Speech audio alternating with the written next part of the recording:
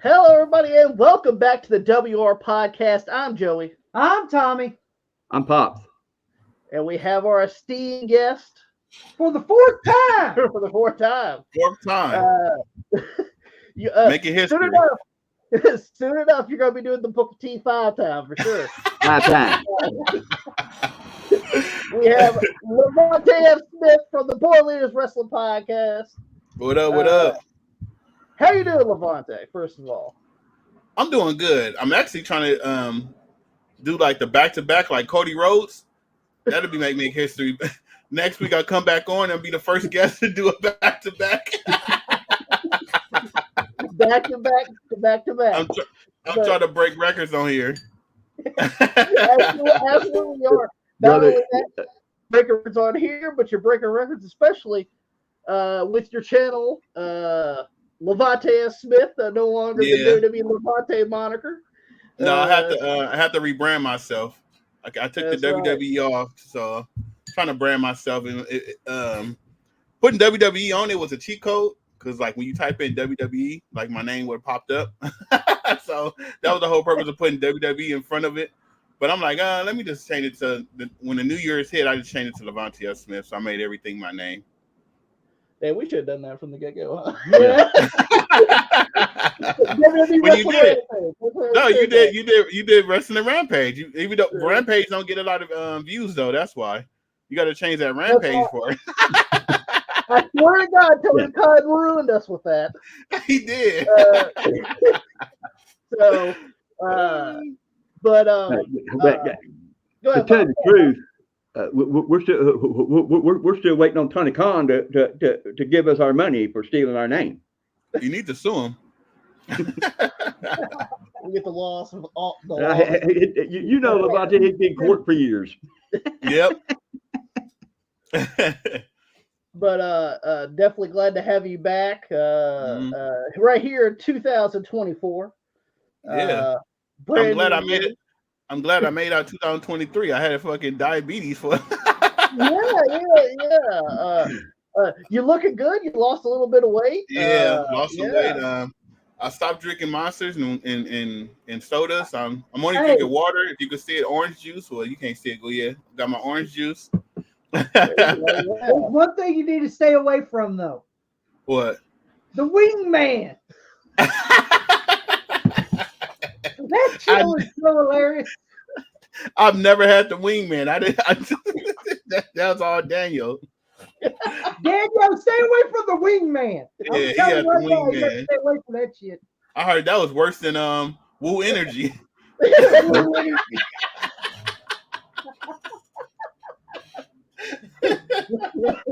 Oh man, but glad you made it out 2023 and 2024. You guys are doing some great things on the on the podcast for sure, guys. If you guys don't know, definitely go check out Levante F. Smith's channel. Go to I noticed that you put up some gameplay recently. I got some AEW in there, Fight Forever. I'm trying to play that until WWE 2K14 come out, because once that come out, I'm not gonna never play AEW again. But that's already collected dust for me. I will say the Stadium Stampede is kind of fun. If you play about 3 games of that. It's pretty fun. It's pretty fun. You get tired after 3 games, but it's cool for the first. Yeah. 3 games a month, you'll be good. Well, speaking of games, I noticed that you guys talked about this, but WWE 2K24 is coming out. Yeah. In March, and I'm already pre-ordering that shit. We already know that Levante already. Oh yeah, he already ordered that. I went down there the next day. I already know the one you got too.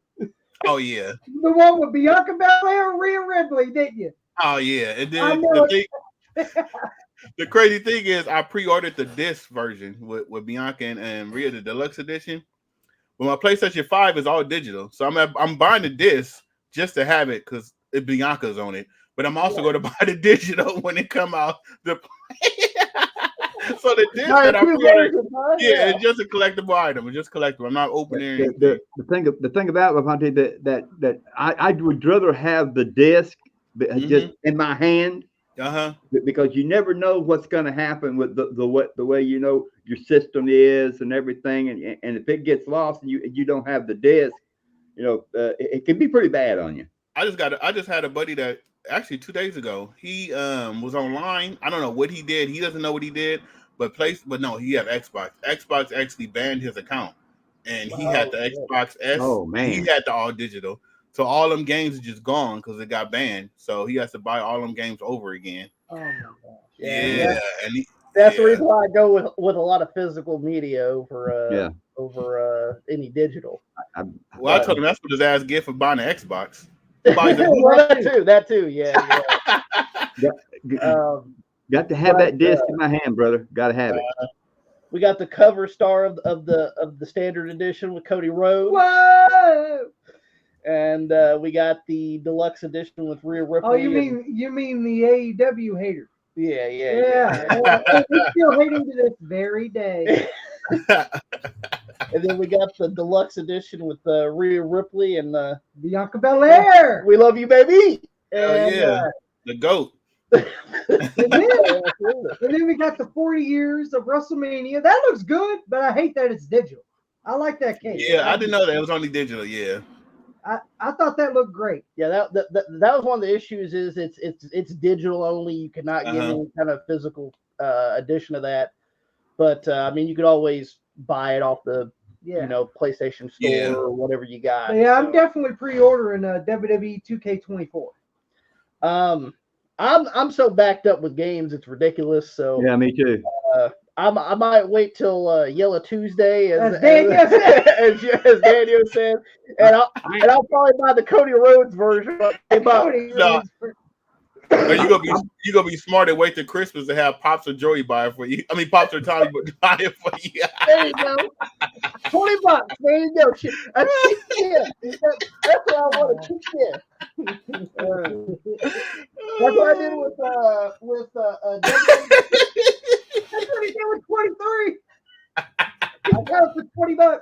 Hell. I got it right here. Have you even played it yet? Yeah, I played it. I've enjoyed it too. It's pretty good. It's pretty damn good.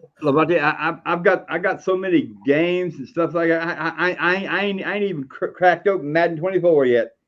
Oh wow! I've got so many games that I'm trying to play. And Joey can tell you that. I mean, and Tommy too. I mean, I'm playing this one war game that is for the PlayStation 1 that I play on the PlayStation 2, and it's pretty damn awesome, really.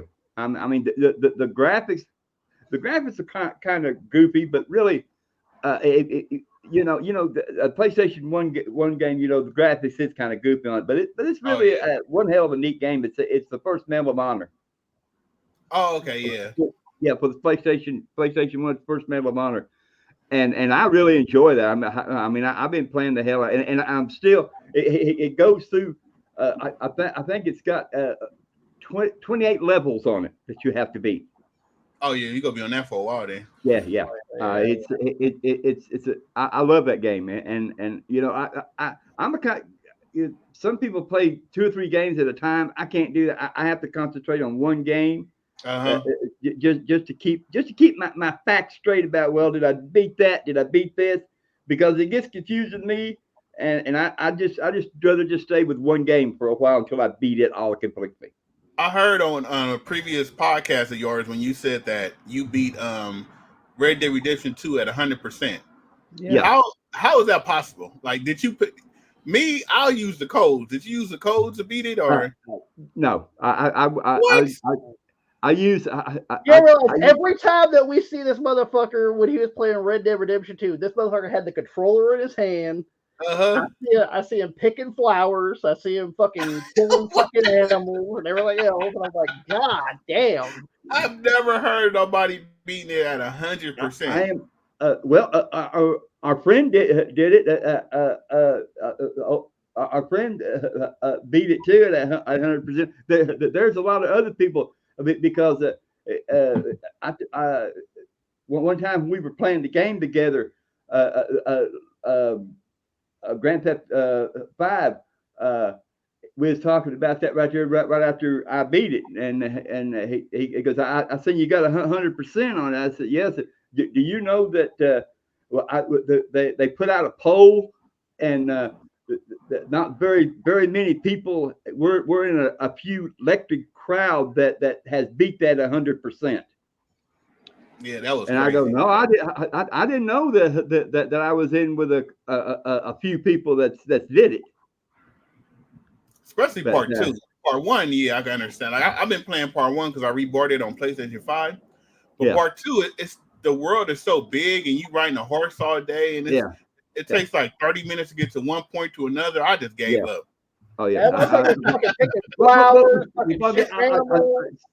Sometimes, brother. Sometimes I wouldn't take my horse. Sometimes I'd hop that train, brother. Yeah, part 2 got the train. Yeah. I would hop that train, brother, because I'd be like, when I'd have to do something, I'd look on the map where it is, and I'd be like, oh, now look, man, I ain't riding a horse that far.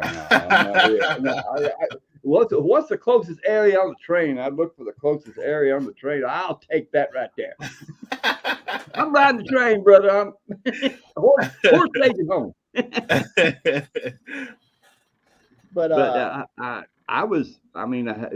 know that right there, I'm real proud of myself to know that right there, that I was in a group of the selected few that ever made it. I will be too.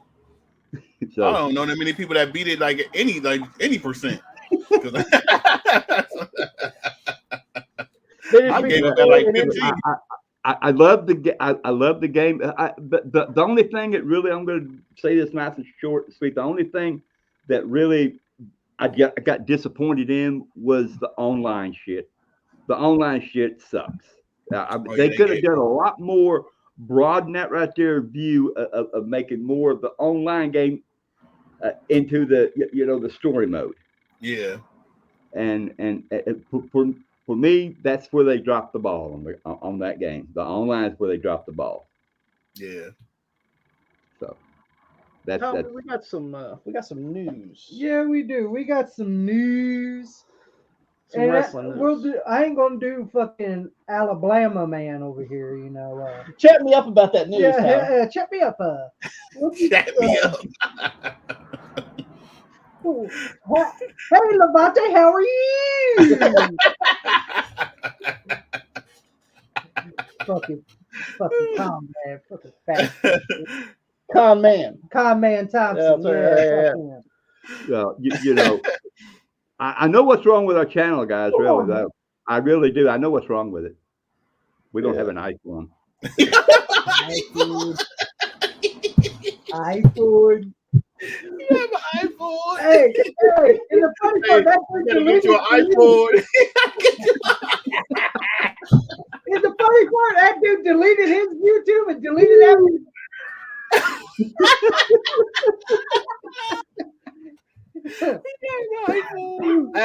Good Lord, man. But what's the first topic that we're going to talk about? The first topic on wrestling news is we got Milfy James. Milfy James, baby. Sexy Mickey James. Nick Aldis. Oh, yeah. Milfy. I wish I was Nick Aldis. Boy, ain't nothing like a milf like that. I'm happy that Nick Aldis actually got a chance. In WWE now, which I'll be honest, I think he's a better general manager than Adam Pearce right now. Oh yeah, way better. In my opinion, I think Nick Aldis way better than Adam Pearson. Oh boy, who did you sign Adam Pearson? Andrade? You fired Charlotte? You hired Charlotte Flair's hoe? I call him Andrade Mero. He barely got a pop at the Royal Rumble. No, like who gave? I was like, who's this motherfucker in the lion mask? Then he took it off and Andrade. I was like, who gives a fuck? The only damn, I'm going to tell you what, the only damn recognition he ever had was carrying Charlotte's bags. Well, that's what he does. Yeah. That's all he does. That's the only thing I ever knew him for. Carrying her bag. He's my son-in-law. Yeah, according to Ric Flair, he's a bad motherfucker because he's my son-in-law. I was thinking all the time, watching that right there. He's carrying her back all the time. When's that motherfucker ever going to grow a set? I think Andrade's drunk too many woo energies and ate down too many woo wings. Ain't got his money tipped by Woo Crypto. Mickie James has joined OVW as creative director and head of female talent. In addition, she'll be executive producer for all OVW wrestling shows, Fightful Selects has reported. Oh, y'all about to get some new traffic down there. It's about damn time. I'll trust Mickie James before I trust fucking Al Snow. Now, we should mention that Mickie James is very familiar with OVW because she came from OVW. Okay. She was there in 2004 and 2005 as Alexis Lurie was her name there. And when she went in 2005 to the WWE, she went by Mickie James. So, I mean, she's very familiar about how OVW's ran, and who better than to learn from Mickie James, multiple-time TNA champion, WWE Women's Champion, multiple times. You know, this is a woman, Mickie James, that's actually drew money. Yeah, and actually is very knowledgeable about wrestling. Damn, it makes me want to sign up for OVW. Can I train here? I want to go to my personal trainer. Don't just hold out here. Let me get behind you and show you my hole. And her being executive producer fits good too. And to be honest, that's the thing. Like, who the hell? You can learn a lot from Mickie James, unless some of these fucking people that work OVW don't want to learn, like people in AEW, for God's sake. You know? Do they have a local, like, are they on TV down there? Yeah, they're on local television here. Yeah. Oh, okay. No, nobody really watches. Nobody really watches. James. All jokes aside, for this right here to come down, for this right here word to be out right now, that's a big coup right there. Because you could really, I mean, she's an awesome talent, and you could really learn a lot of things from her. So, do El Snow still own the company? Yeah, of course. Yeah. And that's going to be the problem, though, Levante, because. Yeah, go ahead, Tommy. Joey. There's also another owner as well, but he's more of like a money man. Yeah. Yeah, ain't that the radio guy, right? Yes. Yeah. He's more putting money into it than Al, and Al's just kind of run it, I guess. He don't do a good job. Al run it all right. He run it the damn ground. If they couldn't hype up they were coming to our local town at a fucking trampoline place. It was not too far from where we live, Levante. A fucking trampoline fucking place. A trampoline park that is literally 5 minutes from our house. They couldn't even hype up that house. We didn't even go to it. They didn't have it in the building. They had it outside the parking lot. So that's like, they didn't have it inside. They had it on the outside. Did they have Golden Corral doink? Golden Corral doink, baby. They might as well. Don't forget. As a matter of fact, wrestling by JD Meyer. What they actually had it at with that trampoline place wasn't too far from where Joey works. They didn't even have a True. Morgan and Morgan hyping up that show. Yeah, oh my God. Yeah. They didn't do no fucking promotion. I think the only promotion they did was like day of. And that ain't gonna make you draw a lot. If you do it, come on, man. You gotta fucking hype up your show. You know, a couple of whores that went there. How about a couple of ring rats that went there? Ring rats and old buddy. Yeah. Here's the thing, Levante, with me about wrestling. I don't care what kind of wrestling it is. You have to make me want to go. You have to give me something that makes me want to go. Yeah. And they didn't give nothing. Levante, instead of all the wrestlers for that, they should have showed the fucking trampoline fucking part. Goddamn fucking Yeah. there. Then you'll see how good OVW fucking is. I kid you You not. had a bigger crowd. I bet you the trampoline place got more visitors than the wrestling show did. But I'm happy. But good for Mickey James, though. It's good for Mickey Hopefully James. she can I'm turn it glad around. she's there. Hopefully she can. If these fucking people will listen, hopefully it ain't like people in AEW, for God's sake, where they don't want to listen. I mean, they got a little money. They can pay her, so they better turn it around. Well, you're believing in Al Snow. Okay? well, you see, you believe in Al.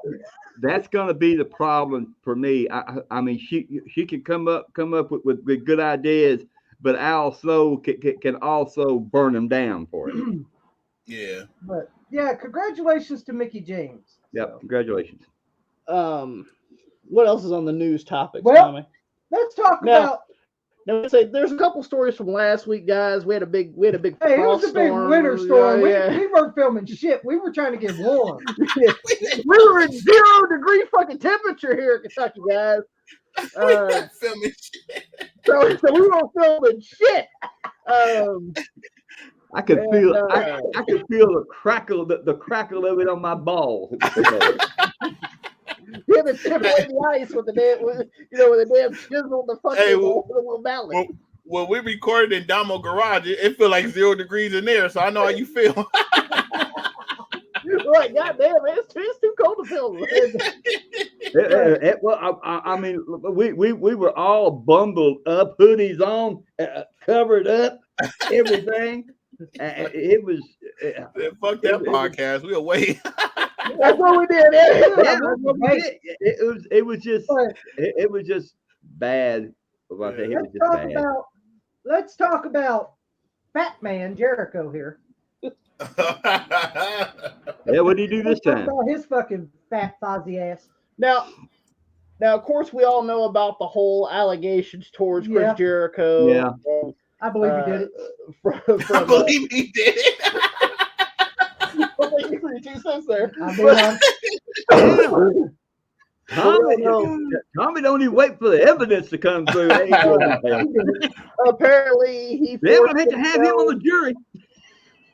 Well, he didn't force himself, but he was trying to get some of Kylie Ray apparently, and she turned him down. He was trying to get some booty cheeks. And, so not blame him though. I mean, led to her being shit canned by AEW, and which is wrong. Now I'm not sure she got well. I think she asked for a release and she was granted to it, but I want my release from there too.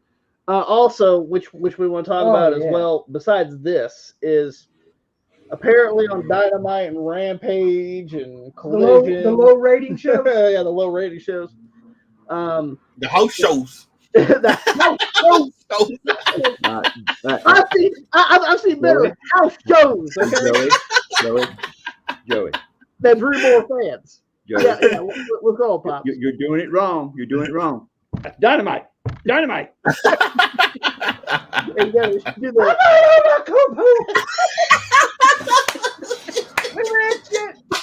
What the fuck did he say? I just saved to my phone somewhere. On their show? Oh my god, that was funny. Koopa was on their show, right? Yeah. We got the Greek freak. I got the It sounded like a fucking baby. Or the time Bandito. Oh, yeah, a baby. Bandito. He said something, and the crowd's like, what did he say? What the fuck? But anyway, oh my god! Apparently on Collision, Rampage, Dynamite, they've been taking down some any kind of blank signs or any signs that say Jericho or Kylie Ray. They've been taking down some signs about that. I thought it was freedom of speech. Man. Well, not there, apparently. Well, but it's okay for them. It's okay for motherfucking Chia to say anything on fucking Twitter. Get all this shit and run his fucking dick licker. Well, you did see at that media scrum I call it scrotum. Scrotum. At the media scrotum in AEW. He was asked multiple times about the Chris Jericho allegations, and he never did. He never said anything. He didn't say anything about it. He had his cool hat and glasses on. Yeah. We have the safest wrestling. We have the safest wrestling company. We have the safest wrestling company, but you said you was scared for your life about 2 months ago. Here's the thing. He's actually afraid of his own wrestlers. Who in the hell would own a company if you're afraid of the people that work for you? But let's talk about this here. What's the other Chris Jericho motto? You know anything with Jericho news, I'm down for it. I bet you are. I'm down for it. MVP broke his silence after the story of him knocking out Chris Jericho's circus. On the Jericho cruise. On the Jericho cruise. Yeah, there was a story back in I think 22. Yeah. That there was an altercation between Chris Jericho and another person on the Chris Jericho cruise. I call it the Fozzy cruise. Well, it was the Fozzy cruise. And then apparently it came out that it was MVP that fucking roughed him up. Pretty much. How you get beat up on your own cruise? That's true. How the hell do you get beat up on your own cruise? And by the way, I'm just gonna be honest. MVP is a bad motherfucker anyway. That's right. So I wouldn't want to be fucking with MVP anyway. Yeah. We already know the motherfucker did fucking 10 years in prison anyway. If fucking up. Right. He's legit OG, okay? So why are you fucking with MVP? You're fucking up with the wrong OG. He's a real OG. Man. Then I heard Chris Jericho ran. He said, "I don't fight jobbers," and he ran. Yeah. Hey, here's the thing. MVP's more popular than Jericho is right now. And by the way, I don't see MVP with love handles. He keeps himself in shape. Yeah, he keeps himself in shape. Even though he's just a manager, he still keeps himself in shape. In case he runs into Jericho again. That's right. Jericho didn't want to wrestle a jobber. You get that ass whooped. That's what his problem was. You see, that's the thing. Chris Jericho, he's a bitch. He's a fat bitch. He ain't just a bitch. He's a fat bitch. Right. You can tell that he thinks he's fucking the best fucking thing ever. Hey, when you showed up in AEW, Paul, Irvine. Hey, I got a question. Did you catch those fish, or were they still a stinker on before they were superstars? There, you fucking blind fuck. Fuck you, Jericho. Oh, I caught the biggest fish. I'm a stinker. Yeah, you're a stinker, Chris. All right. Yeah. Well, it's Jericho, fucking Moxley. The rest of them guys went back to what they know was trash bagging. What the hell has Moxley been? Has he been wrestling? I saw a little snippet on YouTube. Him fucking, on Instagram where he got powerbombed on fucking bed of tax or whatever the fuck. I see him going in convulsions. Oh, here's a Moxley match, huh? More blood, huh? More blood, guts. Yeah. Typical match. A typical Moxley match. Typical Moxley match. That's all he knows how to do.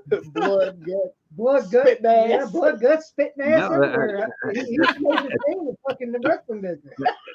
That is what he does best is cut his scrotum. I want y'all's take. Do y'all think MVP roughed him up? I do. I do, yeah. You don't want to fuck with MVP. Hey, he spent time in the pen. All right. I think he did more than rough him up. Yeah, he did more than rough him up. He goes, well, "What do you think of that, Blondie?" Hey, Blondie. But I have to say, MVP, he probably whooped that ass. Oh yeah, almost definitely. Shout out to MVP. Jericho ran with his fucking tail between his legs like a fucking Fozzy bitch that he is. And by the way, okay. Do you think MVP was doing his rap? Oh yeah, he was hollering to the world. Yeah. He's doing that shit. Hey, would y'all rather go on the Jericho cruise or would y'all rather go to OVW show today? I'll take an OVW show. Let me out. Let me sit in the seats and make my balls known. Okay. And loud. And tell him what he's doing to fuck up his company. I'll take either go to the Jericho cruise or go sit and watch an OVW show. Give me that chair that makes my balls numb. I'll take the OVW show. You ever sit in one of those chairs? They did do that. We got a lot of chairs and our balls did get numb, I tell you. I hate those chairs. I do too. They're fucking uncomfortable. I hate them. Yeah, I do too. Man, they do just something else. Hell, fucking back in the fucking early 2000s or whatever shit, OVW had lawn chairs sometimes. Yeah, lawn chairs. They got the Dollar General. You got to cut costs somewhere. Let's cut costs on these chairs. Let's get these plastic chairs. And some fat bastard sits in. Go on.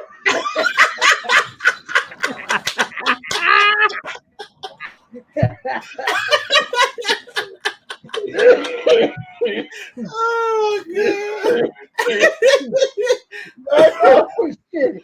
Oh my god! Oh, everybody knows them fucking lawn chairs. Lawn chairs suck for fat people. Yeah, they suck for fat people. And the bitches on their legs. I broke one. I only have one butt cheek on the motherfucker. But let's talk about some TNA shit. Oh my god! I got one butt cheek. That's true. Man, Lavonde, we have a ball here. Oh my god! Let's talk about some TNA. We're not talking about tits and ass. We're talking about non-stop action wrestling. Wrestling. I'd rather talk about tits and ass. Oh, we got the tits and ass. Yeah, my favorite topic.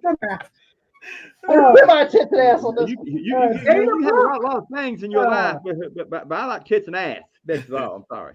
Former WWE star Dana Brooke made her TNA debut at that Hard to Kill. And her name is Ash. Her name is Ash by Elegance. Yeah. AKA Tony Storm bootleg. Yeah, Tony Storm lookalike. I'm sorry. Oh, okay. She looked all right in WWE, right? I thought she looked better in WWE. I thought too. I enjoyed when she was wearing the glasses and she was with Titus O'Neil. Yeah. Titus Worldwide. She looked banging there. She looked pretty hot there. I'll take her as my secretary. I swear to God, it's only been at least 5 years maybe. Yeah. She looks old as fuck. She do. She looks rough as fuck. I think the damn clip. I was like, yeah, for real. Well, but hey, her looking rough. Hell, that what happens when you get banged so much you don't know what to do. But hey, get old time there, buddy. About them getting. Here's the thing: TNA starting to spend some money. Finally. Yeah, I heard they won that lawsuit against WWE. That's why. And I'm gonna be honest. I think TNA is doing a hell of a lot better than what AEW is doing right now. Yeah, I told Damo and Daniel. I said whenever TNA can get like a on TV, like locally, they'll be number 2. They need a TV deal. Once they get a TV deal, they'll be good. But it's like, you can't find TNA. Well, out here in Los Angeles, we can't find TNA. Yeah. Nowhere, unless on YouTube. There's no stations? No. At all? Not that I know of, nah. And see, that's the if they could get if fucking NWA, that goddamn shitty fucking promotion could have got a fucking TV deal. Thank God they didn't. To see James Mitchell snorting. Yeah, see James Mitchell snorting some dookie lines. You and Tony Khan be good together. How about you and Tony? Friends Wrestling shouldn't have had a TV deal. But if you got the money, you can do anything. TNA could get a TV deal. I think they'll be good. Oh, yeah. And they got, and I'm gonna say TNA's got some decent talent. Yeah. They do. Yeah. Now, Now, of course, we all know about what happened at the Royal Rumble. They had the TNA Women's Champion Jordynne Grace there. Personally, I don't give a shit about her. I'm not a big fan of Jordynne Grace either. I think she kind of sucks, but that's just me. I never really seen her matches like that. But now Naomi was the former women's knockout champion. Is she actually back with the WWE? She is. She's officially. Yeah, okay. She's officially back. God damn that ass. But anyway. I'm glad. Hey, all power to her. She did her own thing outside WWE. Nope, she done a great job, in my opinion. It was either sink or swim for her, and she swam. Oh, yeah. Because she did great. In WWE, she was good, but she never got to that like talent where she was up there with like Charlotte or Bailey or Becky. She wasn't at that level though for some reason. I don't know what the disconnect was or anything. Sasha was slowing her down. That too. Dabo ain't going like that. But when she ventured out on her own and pursued it, at least she actually won something. She actually got that brass ring that now don't get me wrong, I know she won the WWE Women's Championship in WWE before, but it wasn't like a stellar, run. And I thought her Impact run was really great. Especially not for only her, but for TNA itself as well. Yeah, TNA got used because of her. Yeah, she was carrying that women's division that whole time she was there. Yeah, people was tuning in to watch her. And I'm gonna say she done a great job outside WWE, and I don't blame WWE for wanting her back. Oh because, come on, Naomi's a great fucking talent. She is. She's very talented. Oh yeah. Oh yeah. She's really talented. She is. We just gotta hope that we gotta hope that WWE don't drop the ball. Yeah, hopefully and praying that WWE don't add it up and just lay down on it. But yeah, I want you to be honest. Does anyone give a shit that Dana Brooks in TNA? Because I don't. No. Like I enjoyed her with Titus Worldwide and stuff like it. She was never a real good wrestler. Yeah, but she was not that great of a wrestler. That was just like the little crumbs they had left over. They just gave it to her, like a tax write-off. Like, we need one more person that could take this little bit of change. Oh, let's give it to her. That's what I think would happen. And then also another TNA hard to kill news here. Mercedes Moné and Bailey were there at Hard to Kill watching Naomi. So that's cool. Yeah. They was up there trying to act like they wasn't there, like hiding. Like, I mean, did you see fucking the pic of Mercedes Moné? It looked like she was like fucking trying to rob a 7-Eleven or something. That's what I'm saying. She was trying to be incognito. Like, we see you.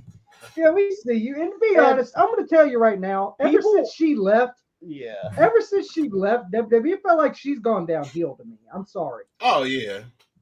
Now, I will say this. She's still a great talent. She's a very talented wrestler. I will give Sasha that. Yes. She's a very talented wrestler.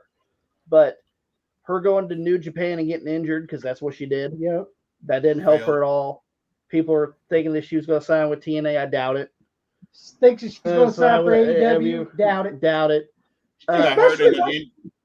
Especially where she thinks she's working Roman money. And then that big news, what was it, 2 weeks ago, that WWE was going to maybe sign her for, was it $25 million or some shit? And I'm sitting there like, no. Yeah. Like Roman Reigns is making like $5 million a fucking year. Sasha ain't gonna go $5 million a year. I'm sorry. They're not gonna go over. They're not gonna go over Charlotte. Charlotte's making the most money. There's no way they're gonna give Sasha. She's just making closer to now. Do I think $1 million? So fine. That's more tolerable than I'm not giving you my WWE champion money to sign. Not at all. Do I The think? only thing you did was prove when you left. Only thing you did was prove to get injured twice. Yeah. Yeah. Do I think? I think she's talented as hell. I do. I think it, that she is as good as Charlotte as the rest of them are, because she already proved that right there when she was there. Talented as hell. But me being if I was a businessman and a venture like that right there, and she wanted this and wanted that, I'm sorry, you're talented as hell, but your pussy ain't worth that. But I'm just being honest. But of course they're going to be there for friends. You're going to show up for your friend if yeah. I mean, I will say this: I think Sasha really took Naomi down with her. Well, I'm being honest. Well, here's the thing. Naomi got up from that. See? Yeah, she did. Why Monet ain't making no Monet? Right now. For real. Sorry, Damo, but we're just speaking the truth about her. These are facts. No, for real. These are facts. She's a great talent. But come on. Ever since you left WWE, you've been injury prone, and you haven't produced anything. I think I got to say this right here though. I do think she's a beautiful woman. I will say that right there. I mean, beautiful woman. Yeah, I like her. I don't like the goof she's with. See that goof? I don't like. I don't like the way. I don't like the way she does business. All these female wrestlers with goofs. Yeah, have you noticed that? Yeah. All these women usually choose, especially Montez Ford at their right. Yeah, that's the biggest goof.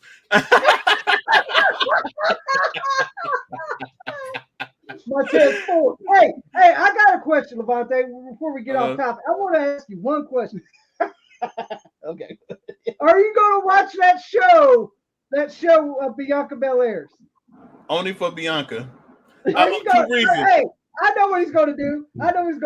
If it shows Montez Ford, he's going to fast forward. Oh, it's clips of Montez. All right. 2 reasons. Just for Bianca, and then I think the 6th episode it says Mania, because they released like the names of the show, the names of each show episode, and the 6th one is like something Mania, and they was filming when we went down there and met her that day. So I'm pretty sure I was like the second one in line. I might be on there. So those are 2 reasons why. But hey, fuck Montez. And I see that little snippet him in his drawers, like I gave a fuck. That goddamn show. Oh, sorry. He fucking sucks. I'm sorry. I think the Street Profits suck in general. Yeah. I don't know what they're doing with them. But let's go. Former WWE star Dolph Ziggler. Yeah, Dolph Ziggler. Former WWE star Dolph Ziggler has arrived to steal the show at TNA Wrestling. He's in TNA now. As his old name, Nick Nemeth. His real name, Nick Nemeth. And I'm going to be honest, I thought this was a great signing. Which another former OVW star made his debut in 2003, I think. Yeah, and then he goes from fucking. And then he had to be part of the crappy ass Spirit Squad with other very talented wrestlers that you didn't get to see on WWE television. So I thought this was a great fun of grabbing Dolph Ziggler, because this motherfucker at his age could still fucking go out and steal the show. Now, on the last podcast, which was about 2 weeks ago for us, we talked about him doing a New Japan. Yeah, he's doing a whole bunch of shit. And we explained, believe it or not, Dolph's been in the WWE for almost 20 years. He's done almost everything that you could think of in the WWE. Why not do something different? Like, that's the same thing that's the same reason why Bobby Roode left TNA. He done everything there, and he wanted to do something different. And he got signed with NXT, and he actually made a pretty good TNA run, NXT run. Not much of a WWE run, unfortunately. Well, he did win the US title. He did some stuff. Still one of the greatest intros ever. Yep. Yeah. So I mean, why not for him to go somewhere else to see where he can? Yeah, and Do come you on. think? Do you think Mickey Jane? Because Mickey Jane is still kind of. Don't she still work for TNA? I Some think kind of way. so. I think so in some form or fashion. Yes. Do you think she can pull talent from TNA to OVW sometimes? I'm sure. Hoping. I'm pretty sure. Maybe that's the what deal. we're all They can hoping do will something like happen. that, where that they can draw money in OVW. Maybe you give a Dolph Ziggler down there. That'd be everybody come down there for that probably. Yeah. I'd go to see Dolph. Yeah. I got to see Dolph Ziggler. I mean, I actually met Dolph at a this is when he got released by WWE.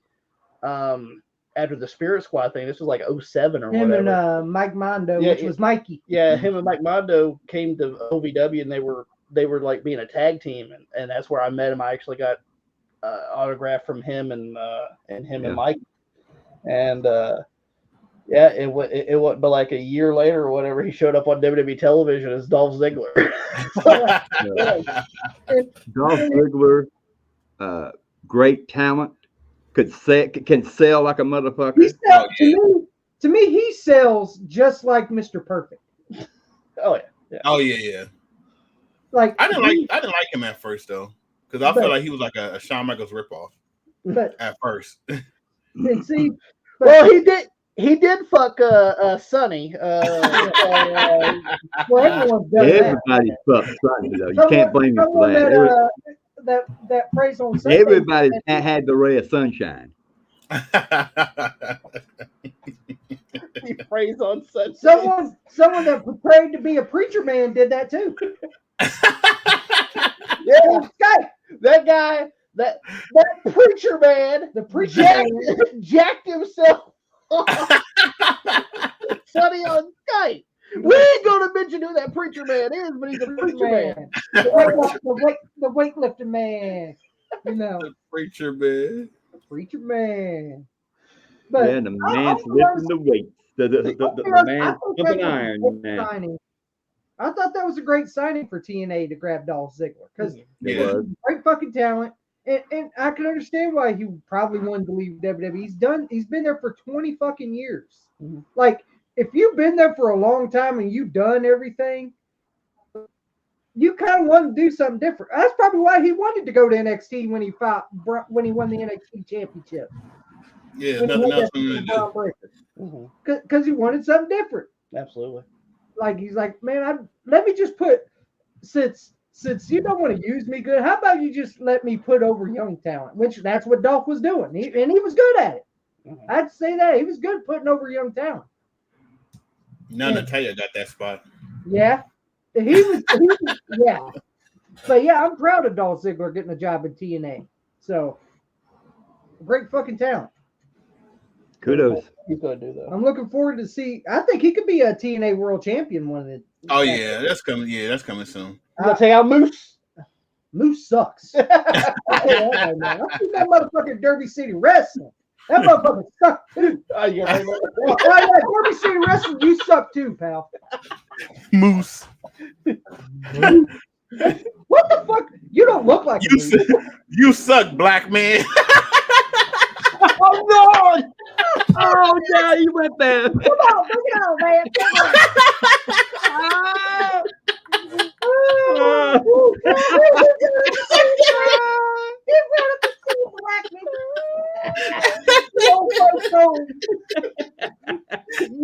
Black man.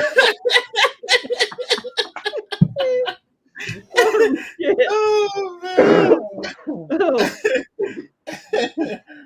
All right. Got some. We talked about that. Oh yeah, we did, didn't we? I can move on from that. All right, here we go. Let's talk about WWE Raw moving to Netflix in January 2025. I hate it. You hate it? You hate it? I hate it.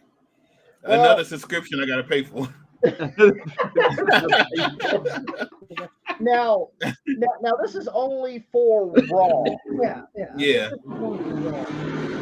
Now, well, if you're in Los Angeles, I think the world is just Los Angeles. If you're in if you in the United States, it's just Raw. But outside, it's not gonna be no more WWE Network. if you're outside of the United States. So everything like the PLEs and everything is going to be on Netflix.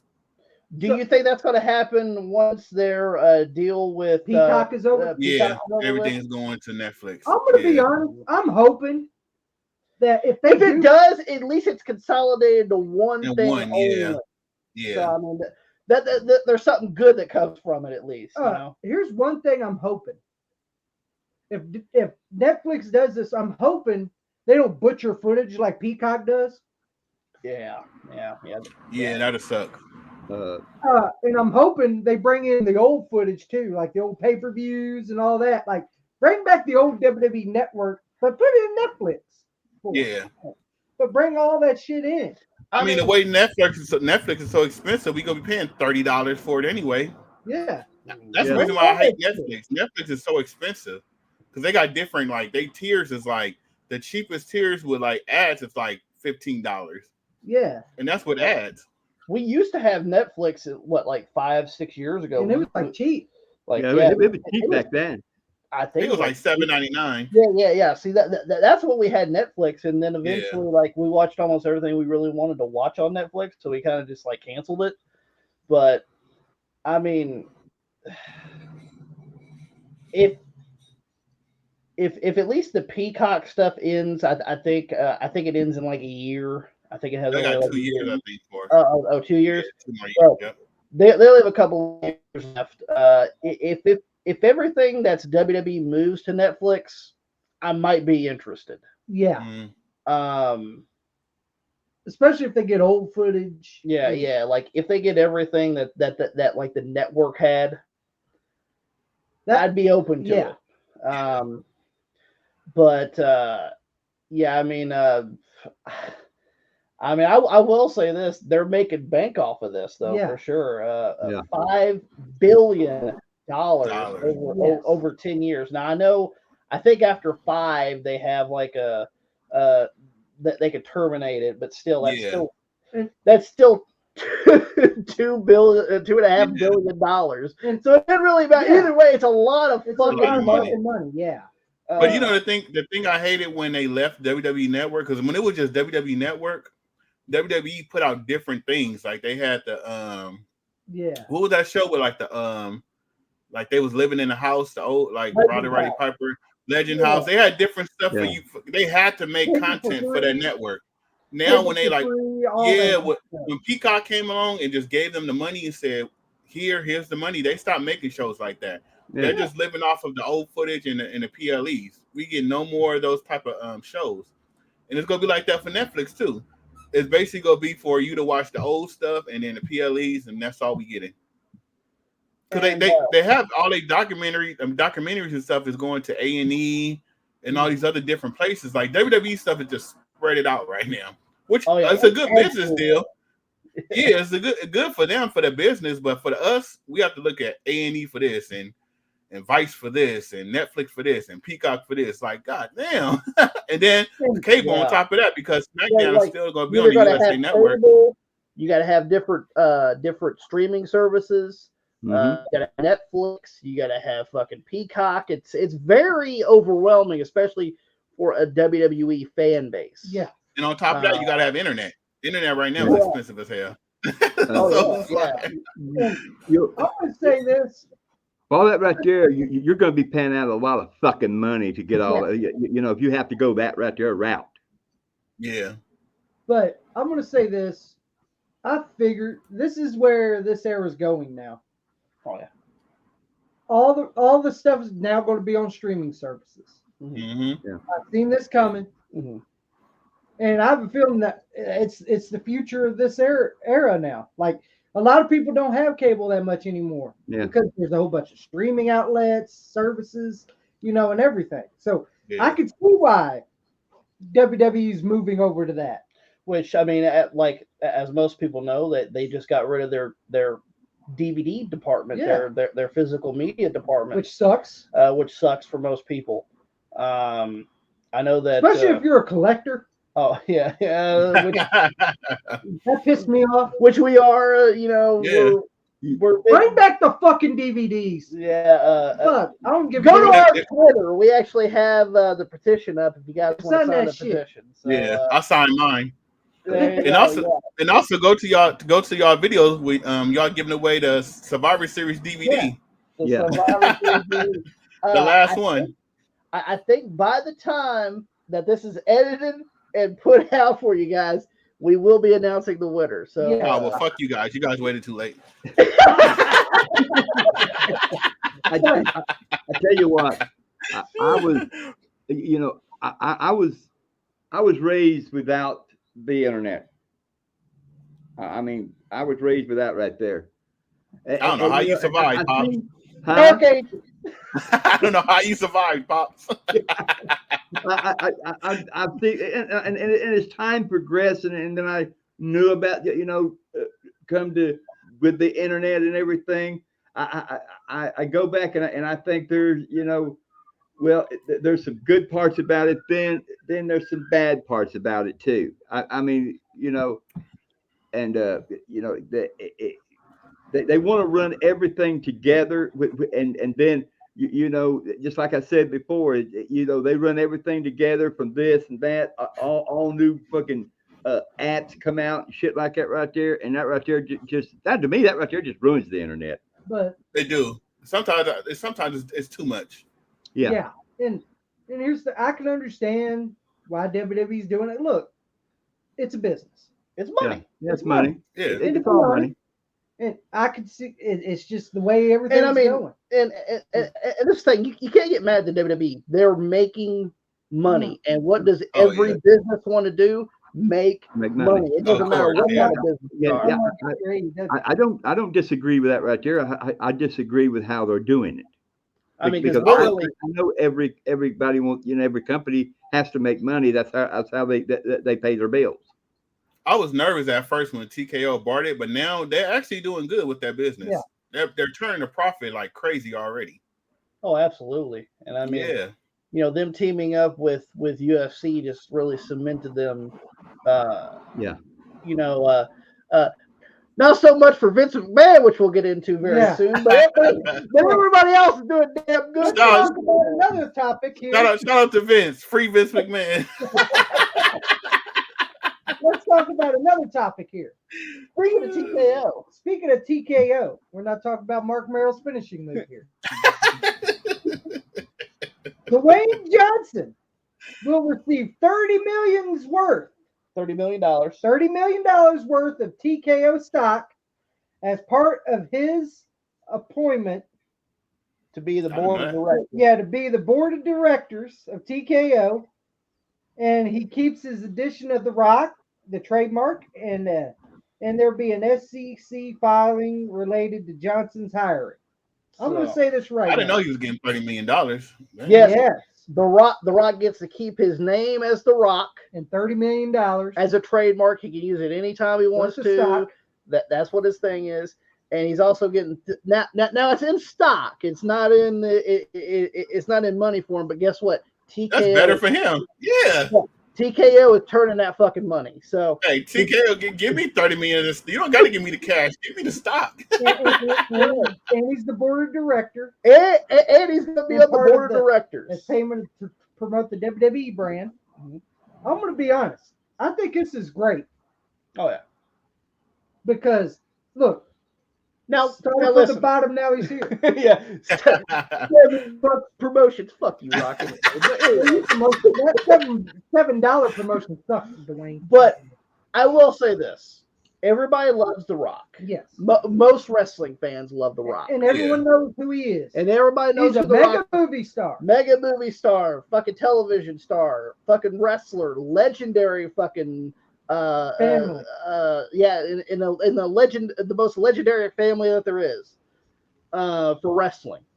Everybody knows who The Rock is. Now, me, I'm a little sick of The Rock myself, but that motherfucker just crawls out almost anything, right? I respect it, but I respect The Rock, and good for him to get that stock. Also, he's able to use The Rock at any time he wants to as his trademark.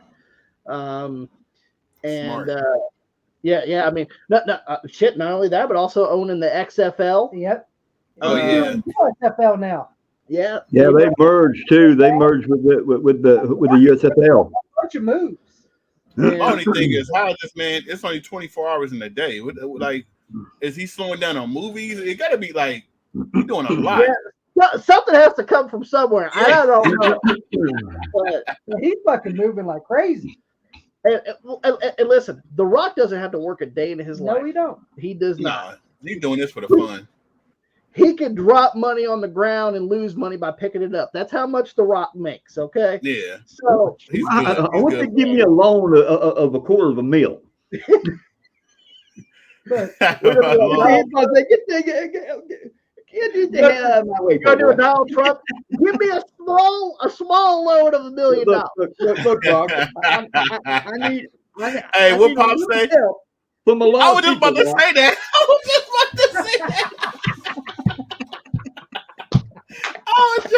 I said, what did Pop say? I was just about to say that. Oh man. Oh, good Lord, mighty man. You know, I'm happy for The Rock. Oh yeah. Look, But you know, I love The Rock. So it's a business deal, and you know the best for him, in my opinion. Yeah, TKO needed this. They didn't know what was going to come down the pipeline afterwards, but this was a good pickup because they basically traded him for Vince. Yeah. At least we know a face in some kind of the TKO branding, because let's just be honest, with the new allegations that came out, Vince is out for sure. Yeah. And no Gomez. no more Gomez McMahon. And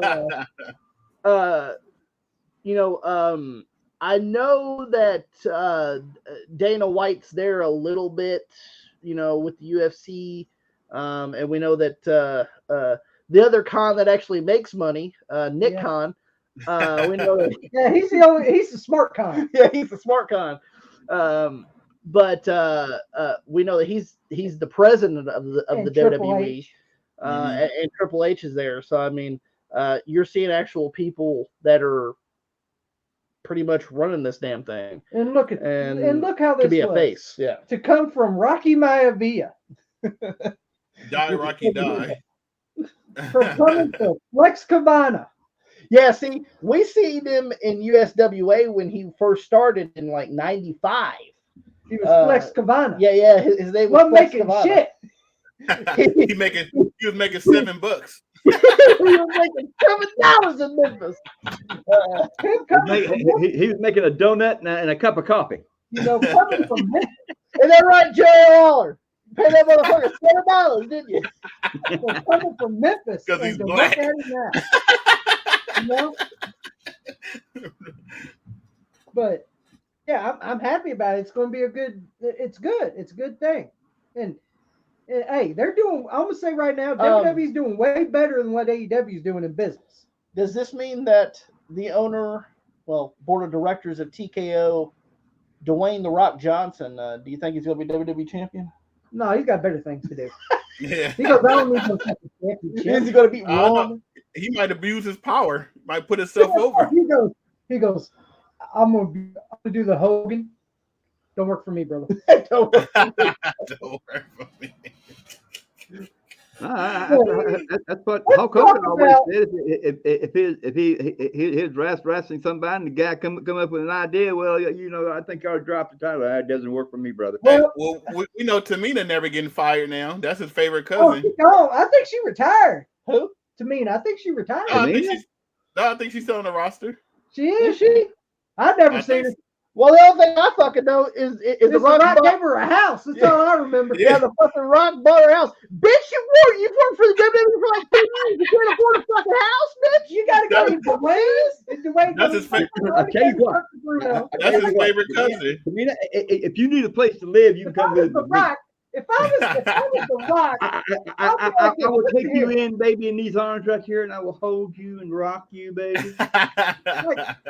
We would have fun, baby. The Rock is generally a nice guy, but what about them Snickers that he stole? Yeah, what about those Snickers he stole? I remember y'all. Daniel made me laugh when he talked about who needs to talk about the Rock buying Snickers.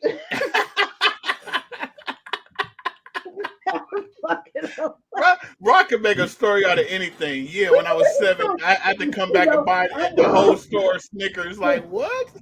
I remember when I was 7 years old, I stole a Snickers from this store. I'm going to buy all these Snickers right here in the box. Just give them out. Just give them out. I did my deed for the day. Now that's my life. Did you get that on film? Good. Because the Rock don't do a goddamn thing unless that camera's on him. Yeah, that camera got to be on. Oh, they put on a truck. Put that shit on camera. Haku, you want a truck too? You better put that shit on Haku, camera. you want a truck? Give me a C. You okay?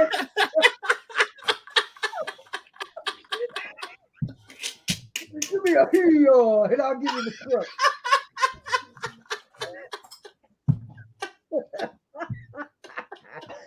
Oh, what's that water, man? Oh my god! Oh shit! Oh my Haku, god! he's a tough motherfucker. You don't want to fuck with Haku. That's right. But let's talk about a little bit of AEW. Well, hold on. The complete opposite of TKO. Yeah, the complete opposite of TKO. Actually, making money, making moves, making $1 million moves. They can get the Proud Time Players song where they do TKO now. They need to start having they show that trampoline parks. No. See, TKO is making the prime time players. Yeah. TKO is making. They're getting the Proud Time Players song. Making moves. Why AEW's getting the ooh get it, ooh get it. Yeah, they're getting the first prime time players theme. In 2012, that was Lordy mercy. Fucking shitty one. AEW ticket sales are struggling in 2024. Is this a surprise? Is that a surprise to me? It should be called. Hey, a lot of people are making it and calling it abandoned and empty wrestling. That's what people are calling it. Abandoned empty wrestling. Because I heard they can't even sell 2,000 tickets. Do you know how sad it is to see Edge or Adam Copeland, as they say, wrestling in an empty fucking arena? Yeah, wrestling in an empty and him doing arena. the smiley dance. Yeah. Oh Lord. Tommy showed me that right there. I invited him to do it for you, Pops.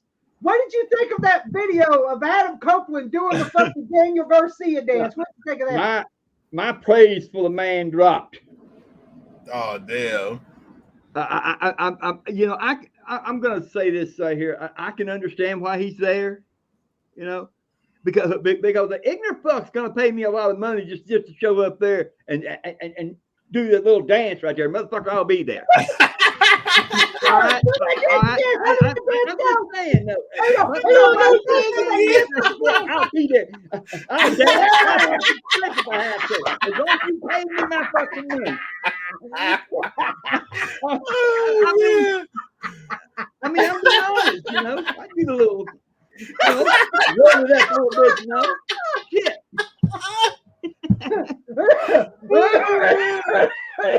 Oh my god. You've been doing that dance for a long time. If you pay me money to do that, damn, I'll go do it every day. But are you all surprised that AEW is still wrestling in empty arenas in 2020? I'm still surprised AEW is still around. Well, hell, I mean, hey, can I say something? Hey, KFC Young Center. They didn't draw there either. Buy one ticket, get one free. Get one free. Yeah, that's my show. That's my show. No, I think. We like went to the Young Center. It wasn't packed. Hell, I made it right through customs. The Young Center is a big ass building. I didn't have no goddamn fucking trouble. There wasn't no trouble going down that motherfucker. Levante, we went to the Young Center when WWE was at the Young Center. That motherfucker was that's a big fucking building, brother. That motherfucker was sold out. Hell, I bet they only drew about 1,000, maybe even that. They did Herb Abrams. Now the real question is, And the one thing that Tony Khan lies his morals on. Oh yeah, he does. Is the one thing he loves to bring up is the Wembley. That's all he knows. Oh, yeah. 80,000 people. Let me know when you do that next year, pal. Yeah, move your company out there at that point. That's tennis there, brother. That's tennis. Now, not wrestling comes there. Do Damn, get it to your head. Are you that stupid? Do you think that he's going to surpass that 80,000 people for this year's Wembley show? No, I think he might get 60. I mean, I think it might drop to 60 this year. Do you think it's going to be the law of diminishing returns? Every time he goes back, it's going to be less. Yeah, it's going to be less and less. Because you got to think about it. That was a first time going. Of course, the first time ever, you go get a lot of people going there. Yeah, it's your first time, and they barely get wrestling out there. Now the second time, they might drop to 70 something, 60 something. They're gonna have to take a break. They can't do that every year. So you're saying this right here, Levante, that if they start coming back, keep coming back every year there, lower, they're gonna get bored of it. Just like when they kept going to Chicago, it was high ticket sales. They kept going back, every time they went back to Chicago after the third time, lower and lower and lower. Yeah, you can't keep running the same place all the time. Yeah, you what it is you're digging the hole and you're going to bury yourself in it. Exactly. You know what? That's what we've been trying to tell everybody. We told them at the start of this fucking promotion. Do you believe us now? Do you believe us now? We said this from the beginning. Remember when they started the company? We said this in the beginning. Yeah, they're dying, and he just doing all. It's their storylines. They don't have any. I tell everybody, a good company, you can have the greatest wrestling inside the ring, but if you don't have storylines to back that up, it's nothing. Nobody's going to tune in the next week to see good matches all the time. Y'all barely putting on good matches now. I see people botching and getting hurt. Yeah, but it's like you still need that storyline to have people keep coming back to watching your product. I know what they need, brother. I know what they need. They need they need WR and the Born Leaders podcast to take care of their company. That's what they need because we know what to do to that company. He would have to open up the checkbook like crazy. You're going to have to give me some money. I need that Mercedes Monet bag. Give me some of that Mercedes Monet bag. I'll show up. Hey, if you can, like Pop said, I show up. I do the dance too. Yeah.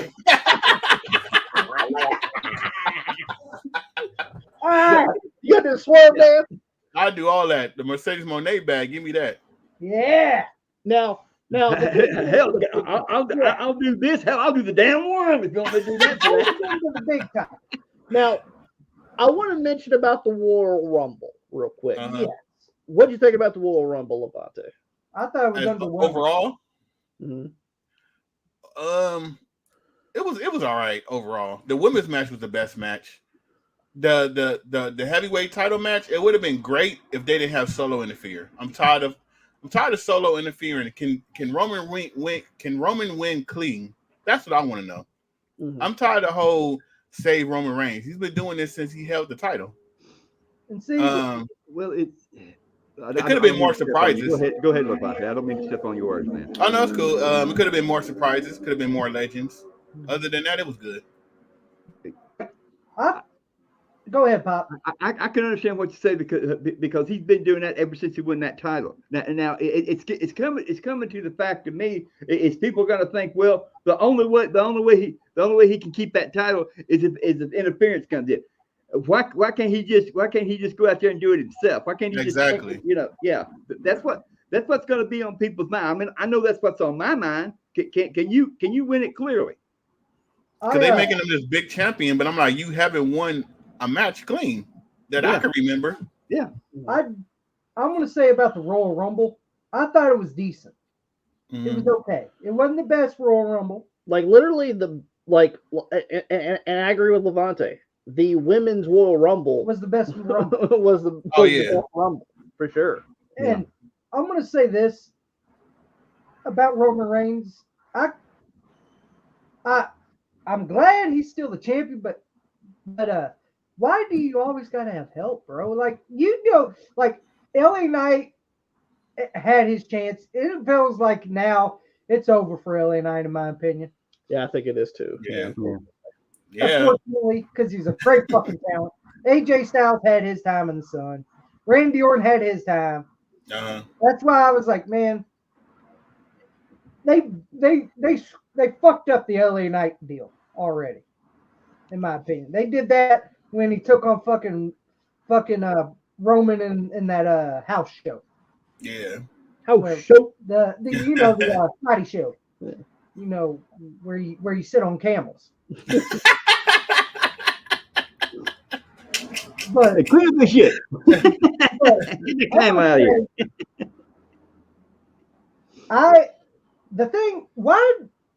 Why did Kevin Owens have to face Logan Paul? Like, come on, fuck Logan Paul. I'm tired of looking at his fucking jock sniffing fucking face.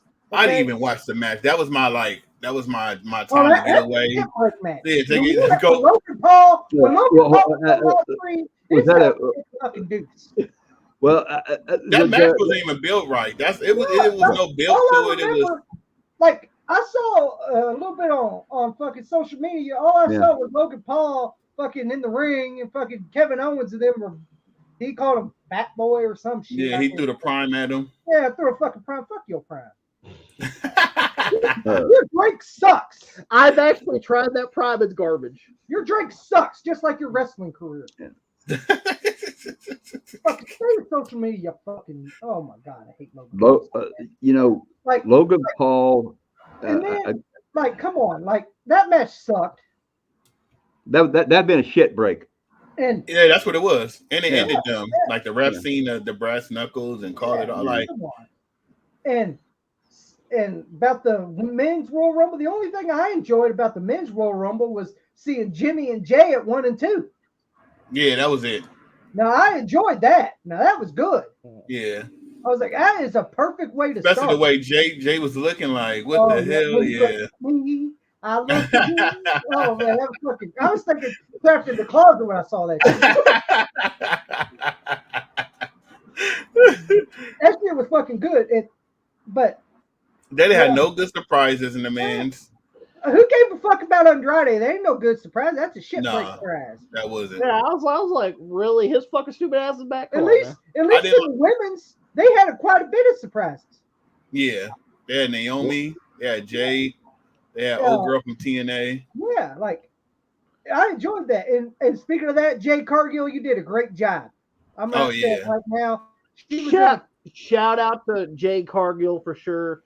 That's what I want to say. I want to give Jade Cargill her props. Now, I will say this. Wasn't a big fan of her in AEW at all. Just because literally... And she even admitted it. She even admitted when she first came to WWE. And that's the one thing I admit that I respect about her is when she got signed with the WWE, she goes, this is where I needed to be. This is where I need more training. I need more training. Yeah. I need to know what I'm doing in there. I need to figure out how I'm doing, what I'm doing. And I respected her for that. Yeah. She knew she needed more help, more training. She needed that. In AEW, she wasn't getting that. She was getting that. She was like a baby. No, she was getting the Tony Khan. It's great treatment. Yeah, it's great. She was getting the Tony Khan great treatment. She even admitted. She said the only one Joey. one time was CM Punk. Joey. You know, the one that's toxic. It's enough room on the bandwagon for you to join. Yeah, I love Joey. I do too. But the only one that actually helped her in AEW was CM Punk. She even admitted it. She goes, I didn't know how to throw a chair, and CM Punk showed her how to do a chair shot. Mm-hmm. And this is the guy that's toxic. Yeah, this is the guy that every time I see him on WWE, like for the backstage stuff, people are fucking giving him a hug. And, yeah, come on. Even the fans made fun of his hair when he had one hair sticking up. For God's sake. Well, I've watched that right there too. I never seen nobody fearing for their life around him. I mean, that's just me, I guess. But big shout out to Jade Cargill. And by the way, she was in the Final Four. Yeah, she's in the Final Four. Yep. Big shout out to Levante's background right there. Sexy I know he wants to see that match, Bianca and Jade. Now that was another good moment. That was the moment of the night for me. I was going so crazy. That was the moment of the night when they did that stare down. Yeah, that Royal Rumble, it was worth it. Levante, we need to know right now a special Wrestle Rampage right here. You're only gonna hear a Wrestle Rampage unless they talk about the board leaders. But anyway, if it comes down to Bianca or Jade Cargill, who you going for? Let me tell you, I love Jade. I love Jade. Nobody is topping Bianca Belair. Hey, you throw my mom in the ring, I'm gonna say, Mom, I'm sorry. I didn't mean to hurt you.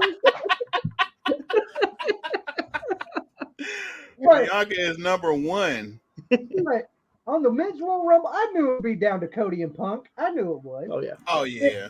And the bad part it was pretty predictable. Yeah, I did think they were gonna switch it with Gunther though. I did think they were gonna do that. And the shit in the fucking shit that hurt me, CM Punk got hurt.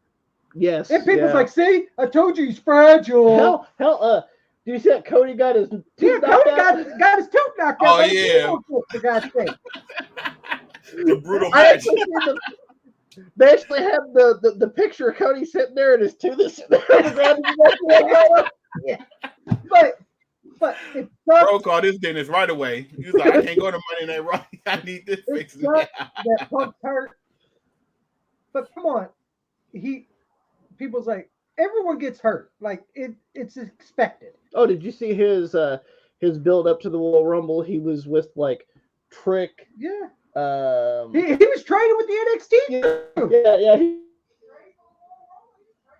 He was training with the NXT. He was training with the NXT guys. And this is the guy that's so toxic. I'm gonna say it again. Yeah, he was there with Trick, Carmelo, Alexis King. I'm trying to remember who else, but there was like three other people there. Getting in ring shape, and he's sitting there doing the same shit that they're doing in the ring. To train to get that the right mind frame to be in the Royal Rumble. And it sucks that he's hurt. He's going to miss WrestleMania, but here's the thing: it ain't ballet. You're going to get hurt. It don't matter who you are. But it just sucks. He just came back and he got hurt. But I want to see where they go with this, with the whole. Here's the thing: is Cody going to face Roman, or is he going to face Rollins? Because I saw the little thing on Raw. Fucking Seth was bashing that fucking title that Roman has. Oh, that's the part-time title and all this shit. I think that Cody needs to fight Roman again, even though I don't want to see it, but he has to win that title. I don't think he has to win that title. I'm sorry. He said the world title is the workhorse title. Well, here's the thing, Seth, you're hurt too, pal. Yeah. Like that's why I think that Seth should relinquish, because he's not fighting Punk now. They both hurt. Just relinquish the title. Don't even try to wrestle at WrestleMania, and whoever wins the Elimination Chamber, make them the champion, and then they take the belt into WrestleMania. Yeah, like that's what I'm thinking. Just take a WrestleMania off, bro. Like y'all both hurt. Yeah. Like come back next year with the match. Like Seth Rollins is a great worker. I say that now, but if you're hurt, dude, you don't want to risk more injury or wait till SummerSlam. Yeah. He's trying to prove the point because Cody wrestled him in the Hell in a Cell with the hurt. What was it, like a rib or something like he had, or shoulder. So I guess he's trying to do like the same thing, like, oh, I can do it, but it's like it's different, bro. That's a different injury. Yeah. Just forget about that right there. And just wait and make one hell of a damn build up to it when you guys get well. Yeah. Build that mother, just build it up so damn big, and they can do it. That they can build that up so big that everybody wants to see it. Just give the title to Drew. Even though I'm not a Drew, well, I am a Drew fan kind of now when he turned heel, but I think Drew needs to get that title. Have Drew winning that Elimination Chamber, and have Drew versus somebody at WrestleMania. Yeah, because he didn't really get a proper push that COVID empty buildings, which wasn't his fault. It's just. That was just the way the world was at that time, unfortunately. But how y'all feel about Braun Breaker? They say he took Brock's spot. Him appeared, man. He eliminated Big Old Vice. He goes, yeah, let me get rid of this flat foot motherfucker. He definitely Pat McAfee's back too, baby. Yeah, Pat. Oh yeah, I've seen that full time. Yep. Oh hell yeah! I like old Pat. I'm glad he's back. Well, he didn't. He goes. He goes, fuck this. I ain't entering the Rumble. Start through, Pat. Start through. I gotta get Pat McAfee. Big old props on that. Now, we're going to smooth into another topic that you actually brought up a little bit ago, Levante, about how wrestling itself is on like almost any station you could think of, from USA to Fox to A&E, and also Vice. Yeah. With season 5 of Dark Side of the Ring. I love those. Do you enjoy Dark Side of the Ring? Yeah, I watch them all the time. Those are one of my they're way better than the A&E shits. Yeah, the A&Es are more like puff pieces most of the time, unfortunately. Look at the Warriors. Yeah, for sure. They painted Randy Savage to be this fucking goddamn fucking psychopathic motherfucker, and then they made fucking the Ultimate Warrior like a fucking saint. Yeah, the Warrior like a fucking saint. I was like, I think that's backwards. I don't know. But we got season 5 of Dark Side of the Ring, and looking forward to it. It's coming out in March 5th. March 5th. It's going to be the first episode on Vice, and honestly, the only real show that Vice has that's any good. That's really any good. We're actually going to go through a little bit of the episodes. That's going to be on season 5. Yeah, a little preview for you guys of what we're going to have for Dark Side of the Ring season 5. Tommy, you want to go ahead and start? Yeah. First, Chris Adams. Chris Adams. If you guys don't know who Chris Adams is, he former WCCW wrestler, world class, very long time. Yes. In world class, in the 80s, came from England. One of the guys who threw one of the best super kicks. Yeah, he was one of the guys that perfected the super kick, and would eventually get into the 90s where he is a backstage talent for WCW, and then in the early 2000s ends up getting killed. Yeah. By one of his friends. Now, I will say this, huh? Well, apparently it's self-defense. It was a big misunderstanding apparently, and Chris Adams got killed. But if you guys ever want to check out, there was a DVD that got released. We definitely picked it up, and me and Tommy picked it up about his career in life, and what happened at the very end. If you guys ever want to check out that, it's called Gentleman's Choice. I suggest if anybody wants to check that out, definitely check out that DVD. It might be on YouTube. I'm not really for sure about that, but if you guys want to check that out, that's a definite companion piece to the Dark Side of the Ring. If you guys ever want to check that out, it's more documentary style where they're talking to people about Chris, and they even get comments from the guy that killed him. Oh damn. Yeah, so definitely looking forward to that episode. You had my face. Well, Pops, you know about Chris Adams. Yeah, I know about Chris Adams. Levante, you know anything about Chris Adams? No, I don't know about Chris Adams, but the way that you explain the story, I'm damn near watching. That's right. Very, very out there for sure. Yeah. He was a very great athlete. His wrestling was bar none. I enjoyed watching him in the ring. Very good coordinated Gino guy. Hernandez, who also had his own Dark Side of the Ring episode as well. So and then, definitely got to check that out. Yeah, and then we got Sensational Sherry. Okay. Sherry Martel. It's about time she had one. Has she ever had a documentary at Looking all? forward to that. One of the most. Yeah. Huh? Has she ever had a documentary at all? No. Yeah, I've never seen nothing about her. No. This would be the first. One of the most legendary wrestlers of the 80s. She transitioned into a manager in the 90s and done a great job with the Macho Man Randy Savage. Managed in AWA. Managed in AWA. She managed in the WWF, WCW, anywhere from the Macho Man to Harlem Heat. So Ric Flair, anybody you think, well, that's right. I mean, Sensational Sherry is one of the most great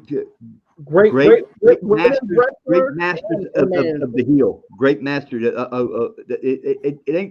It wasn't very future, but for a woman to be a heel, and in the era, but she perfected that persona.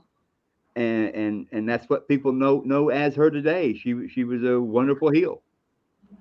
And the things that I love about Dark Side of the Ring, they take you like behind the curtains to let you some of the stuff you didn't even know they tell you about, and then from people that really knew the actual person that's telling you the stories also. And I mean, she ended up dying in 2007, apparently from a drug overdose. And you remember Waldo Rivera said that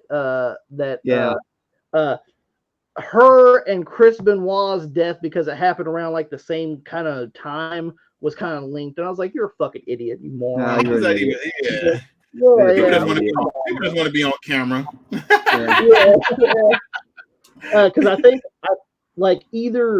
either Benoit died first or she died before Benoit. It was like in like a 2-day span or something. And there has to be a link. There's no link. Yeah, it has to be a link to fuck you and your link. Shut the fuck up, man. You don't know what goddamn thing. The next thing he gonna say is what's that shit? Numinati or whatever they say. I'm gonna say this right here, and then and everything. I like Benoit, always did. And people say, well, why do you like him? I said, look, I'm not talking about what he did. I'm talking about what he did in the ring. Is what I'm talking about. Yeah, people don't know how to separate the wrestler from the person. Yeah, you're right. They don't know how to separate the person from the guy from the guy in the ring. Well, with our last topic, we got to separate a little bit here of somebody that's done some horrible things, but a damn mastermind, which we'll get into very soon. What's the next one, Tom? Terry Gordy. Terry Bam Bam Gordy. Terry Bam Bam Gordy. Yeah. One of the Freebirds, baby. One of the Freebirds. Freebirds, one of the most dominating fucking threesomes that there was. One of the best factions. One of the factions that people base most things on. Like if you have a 3-man person, either person's in the tag team. It doesn't matter which one. Yeah, Freebird rules. Yeah, the Freebird rule. That's what it's named after. And Terry Gordy was one of the baddest motherfuckers that there is. Especially in Japan, with Dr. Destiny Williams. Dr. Destiny Williams. Great fucking tag team, by the way. Eventually ends up getting some kind of injury and just literally just kind of deteriorating, really.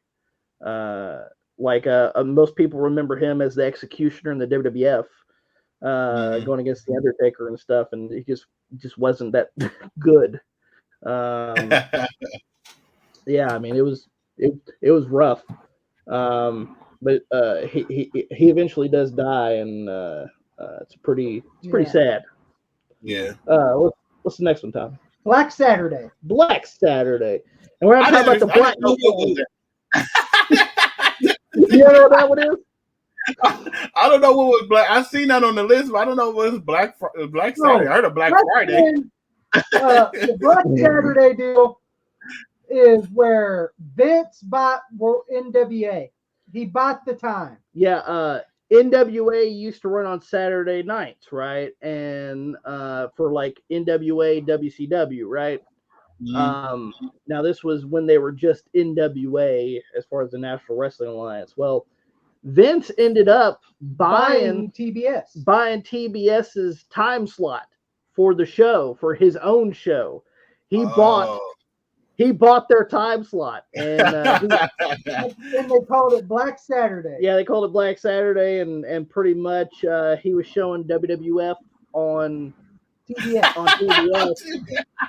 And people blew their fucking minds about They're like, it. we want NWA wrestling and all of this. Yeah. We want NWA wrestling. We don't want this shitty fucking WWE shit on our fucking station. And eventually Vince got tired of all the complaints or whatever and sold it back to the Crockett's for the NWA, and they funded WrestleMania 1. So wow. there you go. Yes. There's. I did not know that history. Yeah. So that's how. So they paid for WrestleMania 1.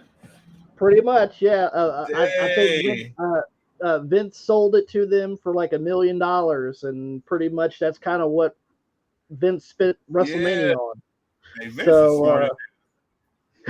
Yeah. That man's a genius. Definitely looking forward to that one for sure. Yeah. And then we got Chris Colt. Chris Colt,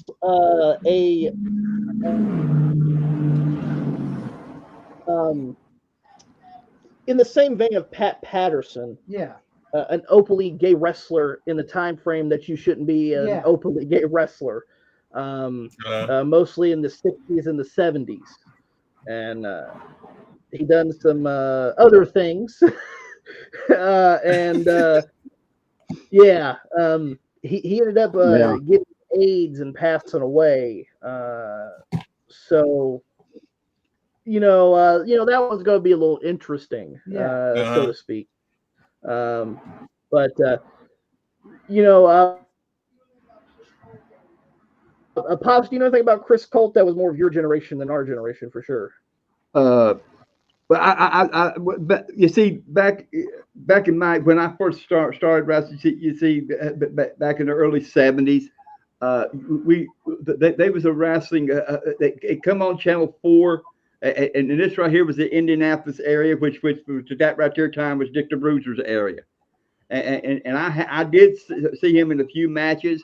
I mean, he was at first come out, as flamboyant, just he was almost not as good as Adrian Adonis, but he had the same mind frame as pulling it off as he did. He was very charismatic in the ring. I mean, he would he'd wear the little flaunt thing that around his neck, and he'd strut around, and just stretch out, and he'd really get in the mind frame of whoever he's wrestling. And the when it come up to the tie up time, the guy would walk away. He didn't want to touch it. and I thought that was, and he just got in the mind frame. He was good at it, and he was he won a lot of matches back in that right there era. But it was that right there. It was a different time than because nobody ever seen anything like that, and it was just like a different time era, But as far as him being, I wouldn't say he was a good wrestler. I'd say he was a decent one. I mean, he could carry a match. That's just about as good as it got to me. Yeah. Well, it's nice to see that at least Dark Side of the Ring is going to do something in a different time frame. Yeah. As well. At least I ain't seen no fucking Nick Gage or anything. Well, he didn't deserve any goddamn thing. The next one, the Sandman. The Sandman. Hopping at the top. Kick my bear. Started out in the 80s as a fucking surfer, and then by the 90s he was a fucking alcoholic fucking kendo swinging motherfucker. Yeah, slamming the beer against his head. Yep. Yeah. So One of Tommy's favorite YouTube clips is the Diet of the Sandman. Diet of the Sandman, baby. If you ever check that out, it's fucking hilarious. Yeah. I gotta check that out. The Dying of the Sandman. Yo, The Diet of the Sandman. You gotta check that shit out. Yo, let's stop by this 7-Eleven and let me get some ice cream. We got ice cream. We got fucking breakfast. He used to say it's called the Diet of the Sandman. Fucking hilarious. He goes, Oh my I'm God. gonna get a lot of shit. It's gonna be a long drive. I didn't get a fucking spoon. As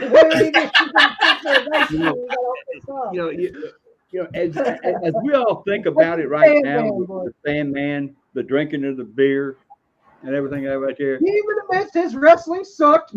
You've seen. Oh yeah, his wrestling was horrible. He even admitted it. Yeah, his wrestling was horrible. But what I seen of the Sandman, of his performances of everything, and then years later I seen Stone Cold do the damn same thing. I mean, think about it, you know. Yeah, fucking kendo stick though. One of the most horrible wrestlers But that over was like a motherfucker. That was the most over motherfucker you can sit there and see. And he didn't do it. Here's the thing: he didn't do it. He didn't do it by his wrestling getting over. It was his attitude that got that. Yeah.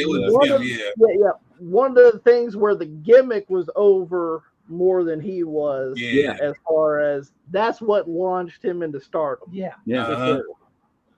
Next, Earthquake. I remember, Earthquake was he getting one. Yeah.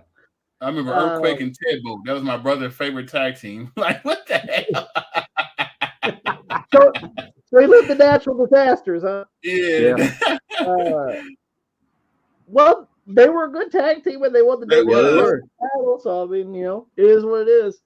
But he was a bad motherfucker too. Oh yeah, definitely. He was a sumo wrestler before he came into wrestling.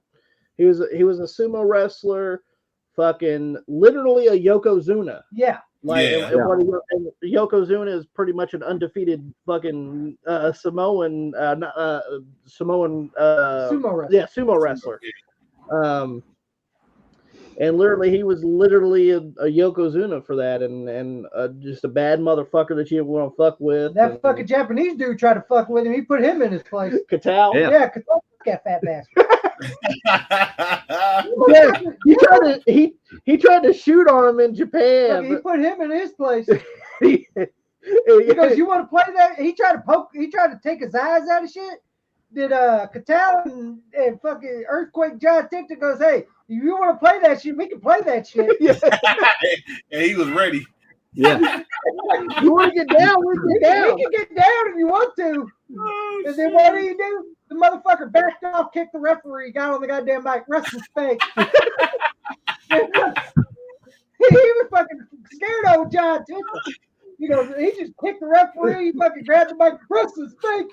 And fucking just ran like a bitch. Pretty much, yeah. That reminds me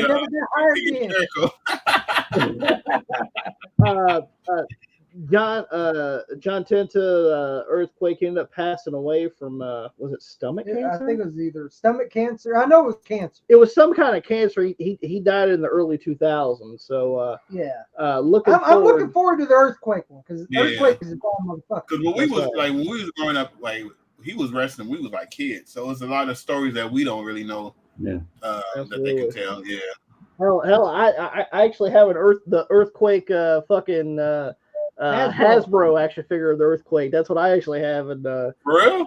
Yeah. Oh, you do collect those? They're expensive. Some can be. Skinner one. You said the Skinner one? Skinner one. The one that Tyler got was he got the alligator man. But Skinner the alligator man. I also have tugboat as well. I got them both. But Speaking of a name, tough motherfucker, badass. Harley Race. Harley fucking 7 times NWA World Heavyweight Champion. One of the greatest. 8 times fucking greatest there is. NWA World Champion. Fucking badass motherfucker. You didn't want to fuck with him. Hell, fucking Vader didn't want to fuck with him. Yeah, even Vader didn't want to fuck with him. Yeah. And fucking. And he was just married.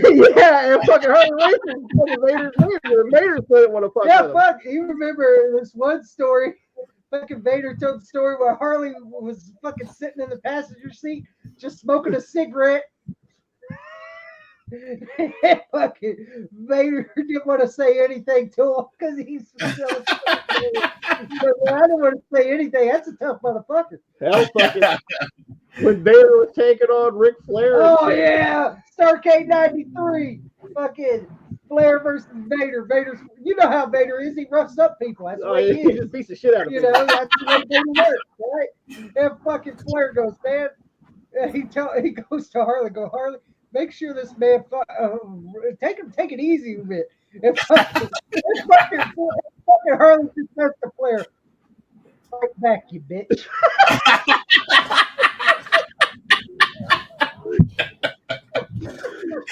Oh man!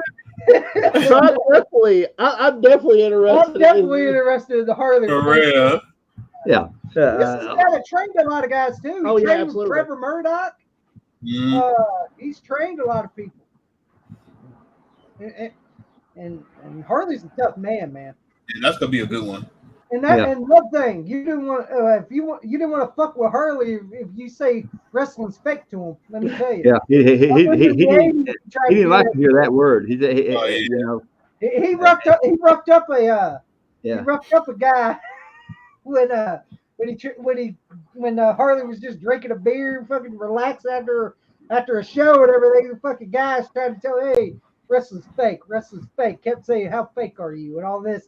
So Harley just beat the shit out of the guy and fucking it goes, is that fake now? And just goes back drinking his beer. I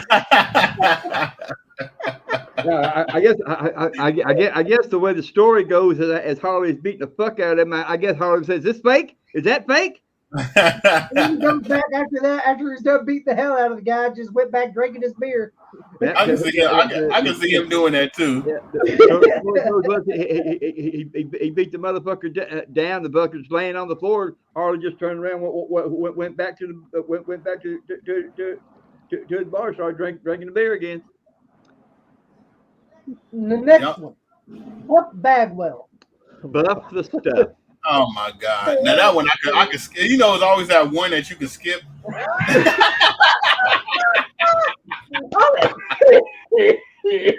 gonna be honest. I want to call my mama. I'd rather they had a Scott Steiner one than Buff Bagwell. Here's the thing. I'm not a big Buff Bagwell fan. No, not at all. But I'll give it a watch because it is Dark Side of the Ring. The only one it's one of those ones that you'll watch, but you're anticipating this one. You know what I'm saying? Yeah. You'll watch it, but you're not really anticipating in it. It's like the one that you kind of go be on your phone more than often. Like That's what, I didn't even watch the Nick Gage. I was mainly on my phone. I didn't give a fuck like about this right here, you know. Jim Ross, where's he at?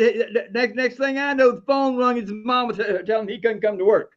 That's the only story I want to hear about. His mom. But hey, he was former tag team champion with Rick Steiner. You know what I hope they do talk about on this Buff doc? Him being a gigolo. Can we talk about that? What's his going rates? Going rates. And then the Buff, yeah, Buff. I can take it or leave it. I'll take it or leave it. And here's another take it or leave it guy. The last one. Brutus the Barber Beefcake. Oh God, yeah. Not I'm a fan. the same on the Buff, the same as the Brutus. Not a fan. Oh. Those are probably the two worst ones, to be honest. Yeah. Only thing I want to know about is the transformation that he did from that to, wasn't he like the NWO, like the, what's that guy? The Disciple? like he totally. I want to hear about the Booty Man. The Booty Man. Who had like 5,000 different picks. Why were you in the main event at Starrcade 94? Why Yeah, they ask that question? He was fucking Ed Leslie by himself. He was Zodiac. Yeah. He was a butcher. He was a butcher. He was the booty man. He was Brutus Beefcake. He was Blue Guy. He was goddamn the disciple. He was fucking. He was fucking. The man with no name. Yeah, the man with no name. Yeah, it's like what the fuck? Fucking gimmicks. Oh yeah. Here's my take on him. Here's my take on Brutus Beefcake. To me, he was always Hulk Hogan's whore. Oh yeah, pretty much. Yeah. Maybe, and you knew that when fucking Beefcake went in the Hall of Fame, and I fucking knew it. I told Tyler, I go, it's Hogan. It's Hogan. Right? It brought up who's going to induct Brutus in the fucking Hulk Hogan. I was like, told you. Yeah, you don't even want to know about him. Nobody else knows about his legacy. You can't talk. You can't sit there and talk 2 or 3 minutes about him. Nobody else can do it but Hogan. As a matter of fact, nobody knew him except Hogan. Exactly. Hopefully, that'll be the two last episodes, so we can just like cut the season early. Yeah. I'll be honest. The Buff and the Brutus, but the rest of them are pretty good. Yeah. Hey, 8 out of 10 ain't bad. Yeah, 8 out of 10 ain't bad. So yeah, I'm looking forward to Dark Side of the Ring. Joey. Yeah. I need to take a break. No, yeah, you go ahead. Take your break. While the old man takes a break for a minute. Well, I will say, since it started March 5th, let's get Bagwell on the first episode. Because March 5th, that's when 2K14 come out. I'll play that all night. I ain't got to watch it. You don't have to watch Marcus. But I saw 2 codes in the Buff. I want to hear what 2 Code got to say. Remember, he called him a bitch.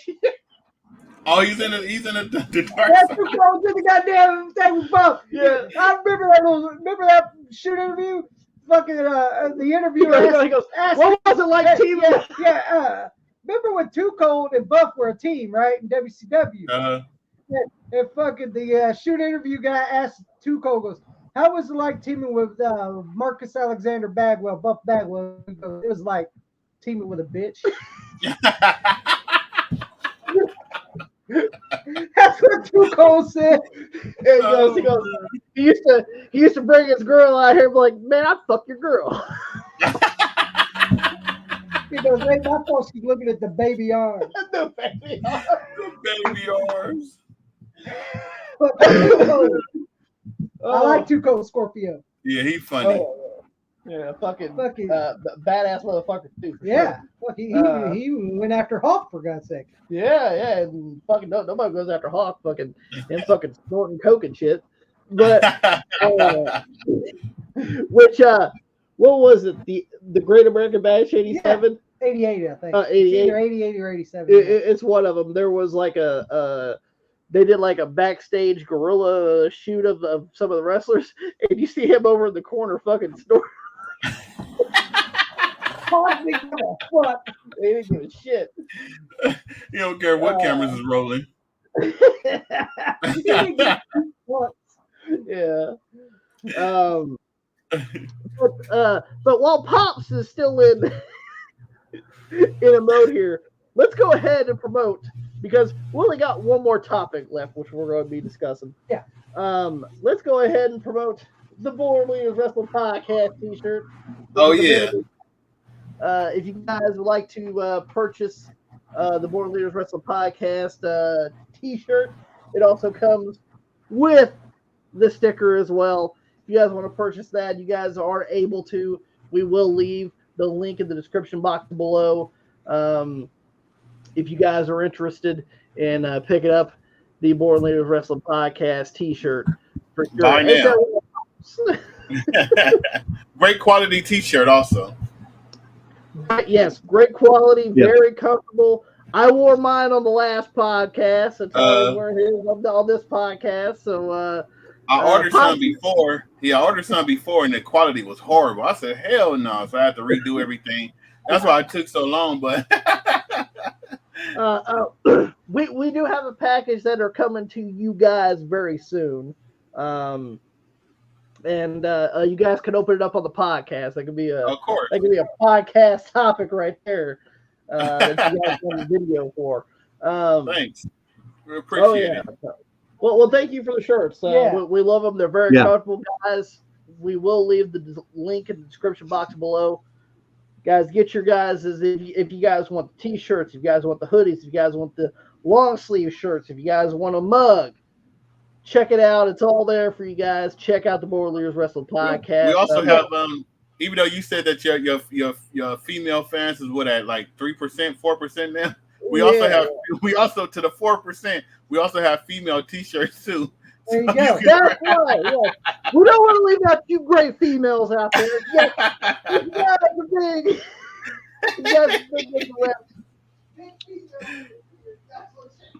Big female base here. If you guys want to check that out, guys, go get your merch today. But we're going to go ahead and go with our last topic. Yes, we are. And this one just broke recently. Yes, it did. And recently, we're talking about in the last day or two. Yeah. It is. You want me to go ahead? Go ahead. Vince McMahon accused of sex trafficking by former WWE employee Janelle Grant, alleged defended on her head and tried defecated. Yeah, defecated on her head. I guess Vince is doing an R. Kelly. and tried to traffic her to Brock Lesnar. Yes. Apparently, in the district court, Janelle Grant has she's suing Vince McMahon and the WWE for pretty much like abuse and even sex trafficking, apparently. And from what she's alleged is now once again alleged. We don't know these things are true or not. But alleged, she was Vince McMahon's sexual pet, so to speak. I'm just saying here. Even to the point that she was apparently she was Vince was taking some dirty photos of her and showing them to office personnel. I bet your Bruce seen it. I bet old Bruce seen it. I'm pretty sure he got a copy. But Bruce. We know old Funkman seen it. We know old Funkman seen it for sure. Funkman Laurinaitis, we know he's seen it. Apparently, yeah, he's seen more than enough. He's seen more than enough. And apparently, it even came down to Vince was sharing her with other members of the office, like John Laurinaitis. Yeah. And apparently was also enticing about giving her to Brock Lesnar for his to him to resign. Yeah, for him to resign with the WWE. So is that how Brock got re-signed? Apparently. I'll be like, fuck that. I don't want your pussy. The fact that these women that Vince has been doing this to look like shit. Like, you're a billionaire. Like, this is the women that you're getting. Like, no wonder Linda went to Florida. She ran off to Florida. Linda ran. Linda was getting it from Donald Trump. That's how she got it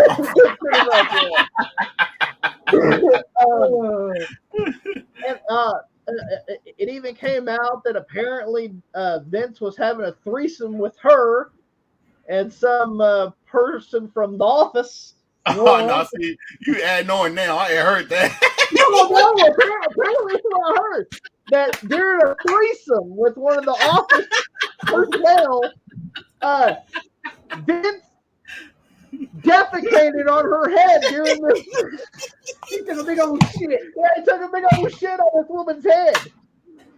Now, I'm just going to be honest.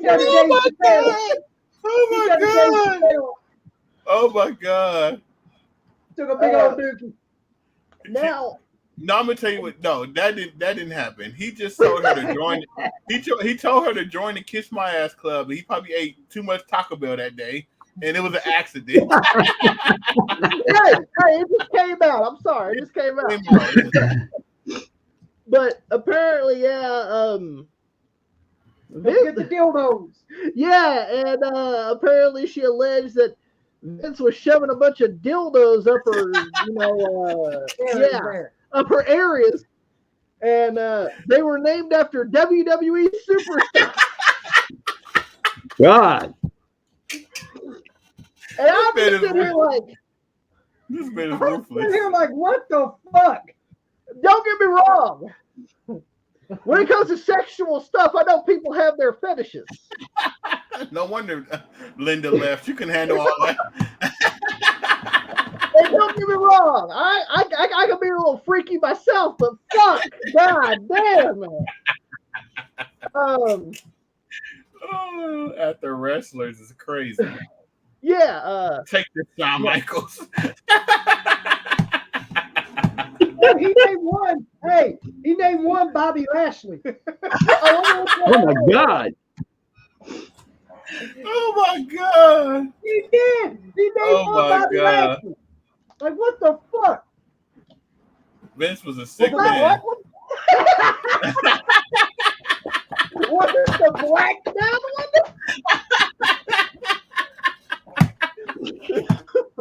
Oh my God. Oh my God. Oh shit. Oh man. Oh fuck. That's crazy. Listen. Vince has paid a lot of money for some pussy, and we know this for facts here. Yeah. How about the Rita? Rita Chatterton back in the fucking 80s told everybody, hey, Vince is this fucking sexual deviant. Now I see it. Now, I will say this. I've always, you've always could tell he was kind of a very sexually frustrated old man. You could always tell that. Yeah. Just by the way he did the Divas, for crying out loud. Even had to the point where he was, fucking making making Trish bark like a dog and shit. Making out with almost all the fucking divas during the WWE run.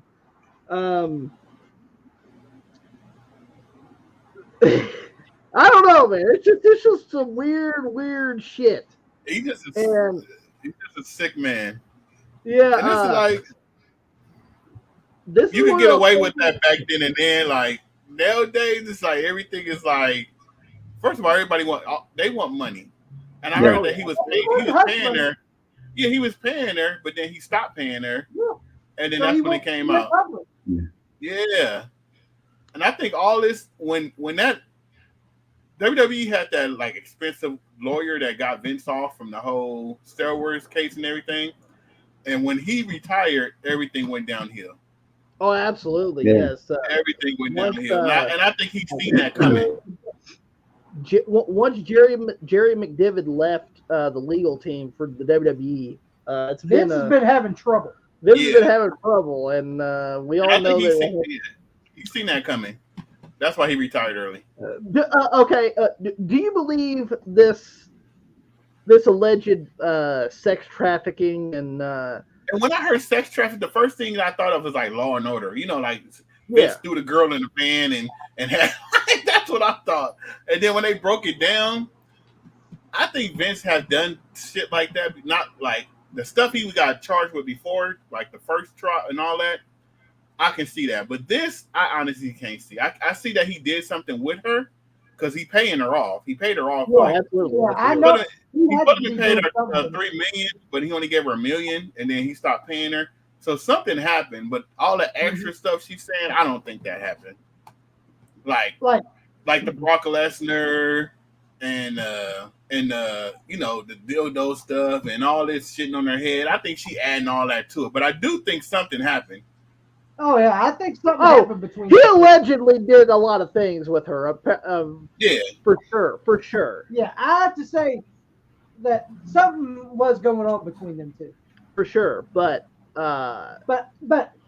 I don't know, man. All the other shit. If Vince is that fucking old and freaky, goddamn. Old and freaky. I also think that somebody in TKO is paying these women to say this to get Vince out. Like, we need this man out. Yep. Which Let's leads get to this man out. Vince is out. He's gone. Vince has re-signed from the TKO group entirely now. For these new allegations that just came out, which is funny. Like almost every other fucking allegation that comes out, the motherfucker comes back, and then these allegations come. He goes, "I'm leaving. I'll see you later, guys." I put on Twitter. I said every time they go and ring that damn bell, it's a female come out the next day. They announced that The Rock was a part of it. They ring the bell for TKO at the stock market.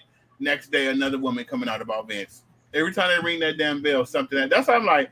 It has to be TKO has to be behind this. Like, we need to get this man out of here. Let's figure out a way. I think Triple H is behind it too. And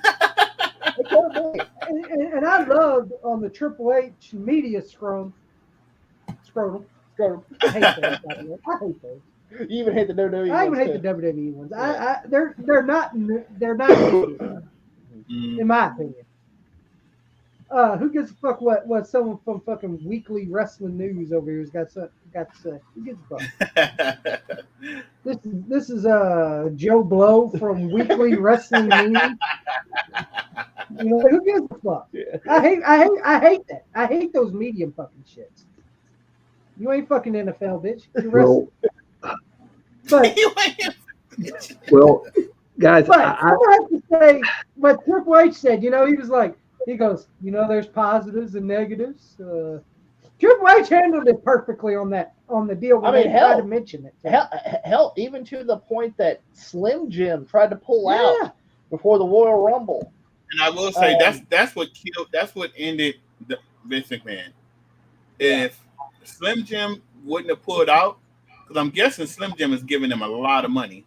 When Slim Jim said that they pulling out, that's when TKO made this saying, like, we about to fix it. Don't worry about it. 24 hours later, Vince is gone. Yeah. So it's like, if Slim Jim would have never announced that, I don't think Vince would have been. That's why I'm like, Slim Jim took Vince out.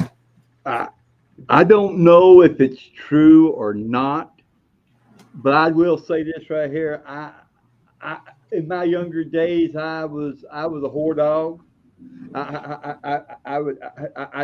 I've been around a lot of women in my time. had sex a lot of times, but I have never once in my life with a woman ever shit on their head. Are you trying to add it to your bucket list, Pop? Let's go ahead and chalk that one up, right? But I haven't done it. But damn, mother, you gave me one bucket list. I may have to try that. I don't know that brings up a lot of things. I want to shit on somebody's head. I want to use a bunch of dildos named after wrestlers. So, like, take this joint, bitch.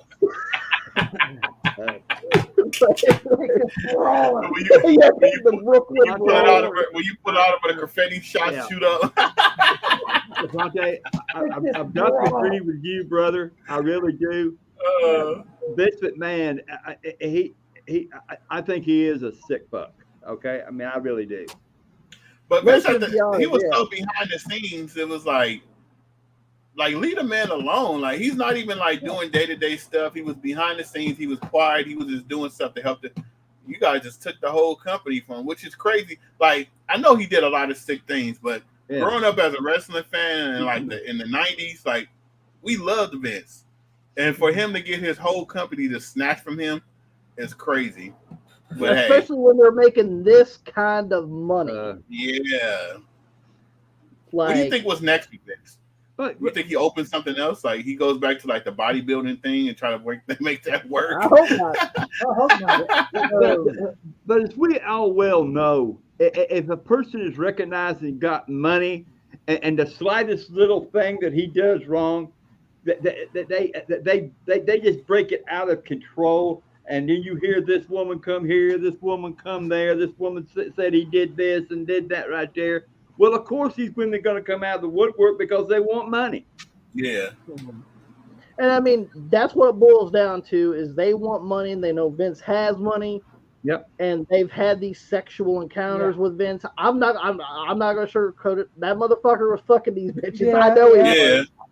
was. No doubt. Now the embellishment of dildos and shitting on people's heads. I don't know about that. But I bet you Vince was fucking McMahon.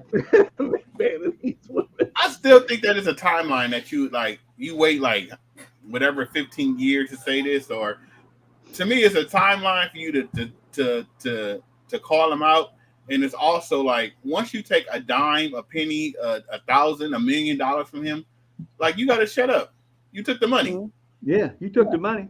Yeah, so it's like, why are you coming out now saying it? You could be bought off. Actually, yeah. If I was a lawyer, that's what I would bring up in court. Look, he paid you off, so you got mad because he quit paying you, and you want the rest of that money. No, he needed to do what Tony Khan does: have these bitches sign NDAs. Yeah. Exactly. Now that's it. Yeah. If I became a rich man and something, of course, I wouldn't do nothing like that right there. But if some bitch work for me, you're gonna have to sign this right here, motherfucker. Because I ain't gonna hire you unless you do. Yeah. But we know Vince is freaky deaky, but we didn't know that he was this freaky deaky for sure. But I'm gonna say this. I think something was going on between them, but I don't know about that other shit, man. I'm gonna say this right here, guys. I mean, whether he did it or not, it all goes down to the almighty dollar. These bitches want the money, is what it is. Yep. And then again, she said sex trafficking. Most people on the street say that's the hookup. You know what I'm saying? For real. That's it to your homie. Yeah. What do you think I paid you $1 million? Hey, what do you think I paid you $1 million for from one night? What the hell?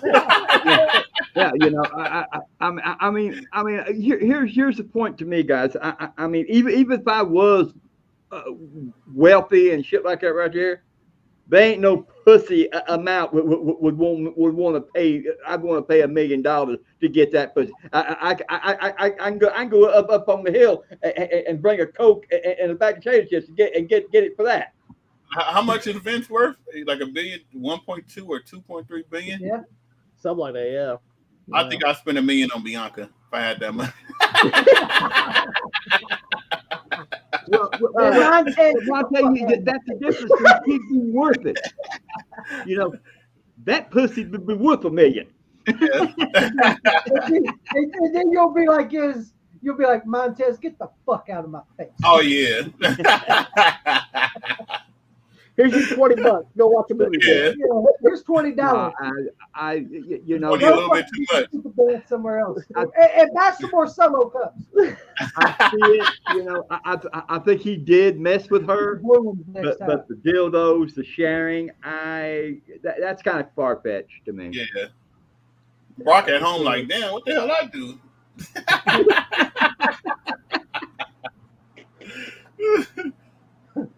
But how about all of a sudden? Cause they said former UFC was champion or former UFC. They said something about the UFC. What if all this time it was like Ken Shamrock or Steve Blackman or somebody? It wasn't even Brock. Right if it was Ronda Rousey. Oh my God. Whoa. I think in the lawsuit it says that it's a former WWE champion and a former UFC champion. So I mean, I guess that I don't know, that could be Ronda Rousey too. Now that could be Shamrock too, because Shamrock was an IC. They don't know the difference. Yeah. It's a champion. Former WWE champion. You don't say anything else. What, Intercontinental? Give us some points so we can figure it out. Yeah. I don't know, guys.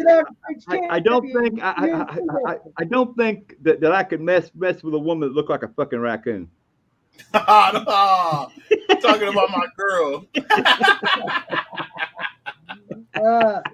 That's what we need back. We need for this WWE women's division. We need Ronda back. Some of these women that are coming out with some of these allegations, I'm just sitting there looking at them like, yeah, damn, Vince. I mean, is this true? Well, no, I'm looking at them like, they look like a soccer mom or some shit. I'm like, God damn, bitch, you ain't busting these fucking LA 10s now, are you, man?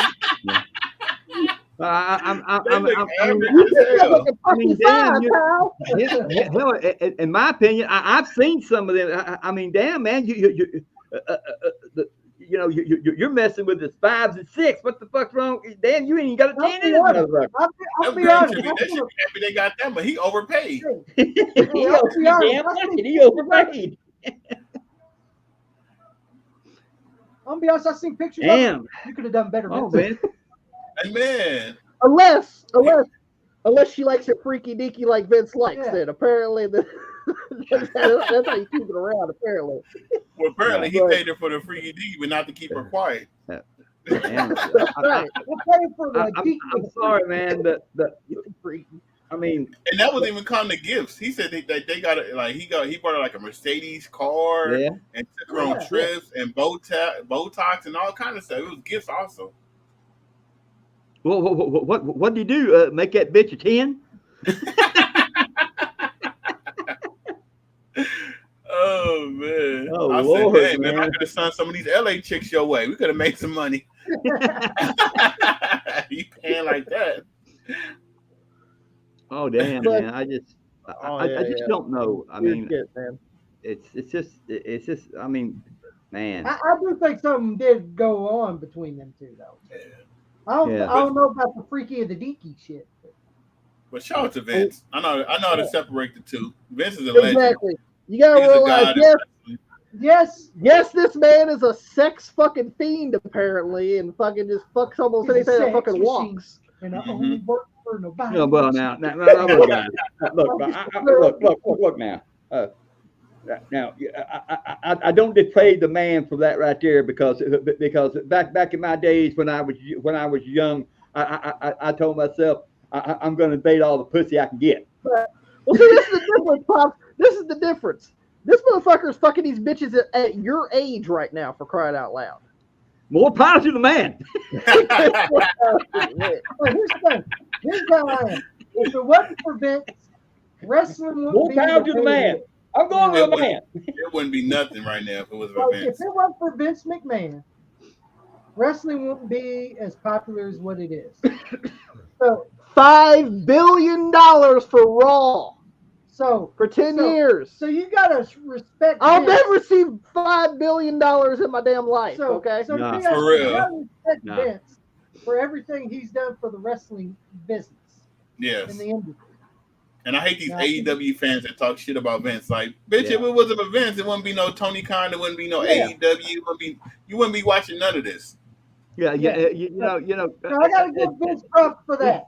These AEW fans, that they don't understand that Vince paved the way for that that Q-tube that looks like a fucking Q-tube motherfucker.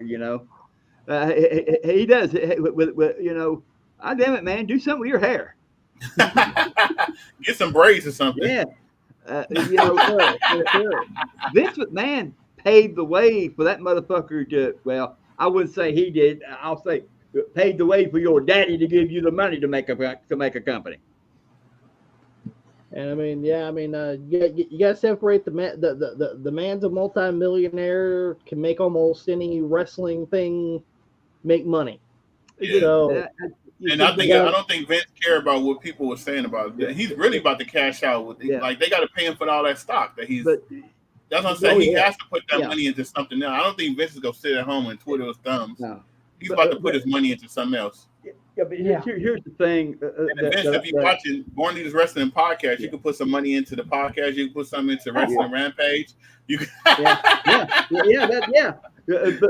guys, I want to say this right here. In a stint that you see, Vince McMahon won't be known just like we discussed about Chris Benoit. You see, he won't be known for what he did for the wrestling business. He's going to be known with what the talk is now. Oh yeah. Yeah. And even Netflix. So Raw is going to Netflix in 2025, but Netflix is still dropping the Vince McMahon documentary. They're talking bad about him. That's still going to go drop. And I'm like, y'all didn't negotiate like cutting that off with y'all buying Raw. Yeah. I would have been like, no, you can't drop that. I'm pretty sure maybe they'll end up dropping that at some point for sure. Well, last thing I seen, they were saying they were still going along with it. That's why I'm like, it's something with TKO. They're trying to get Vince out of here. This motherfucker ain't nothing but bad press for us. We need to get this fucking old bastard out of here. That's what before something else comes up. Like, we gotta get an old bastard. Hey, but Vince got the Rock. Yo, Vince literally got away with murder. He literally when he killed somebody, he paid somebody to kill somebody for allegedly for stupefy snook him or something like that. I heard. Yeah. Supposedly. Fuck that.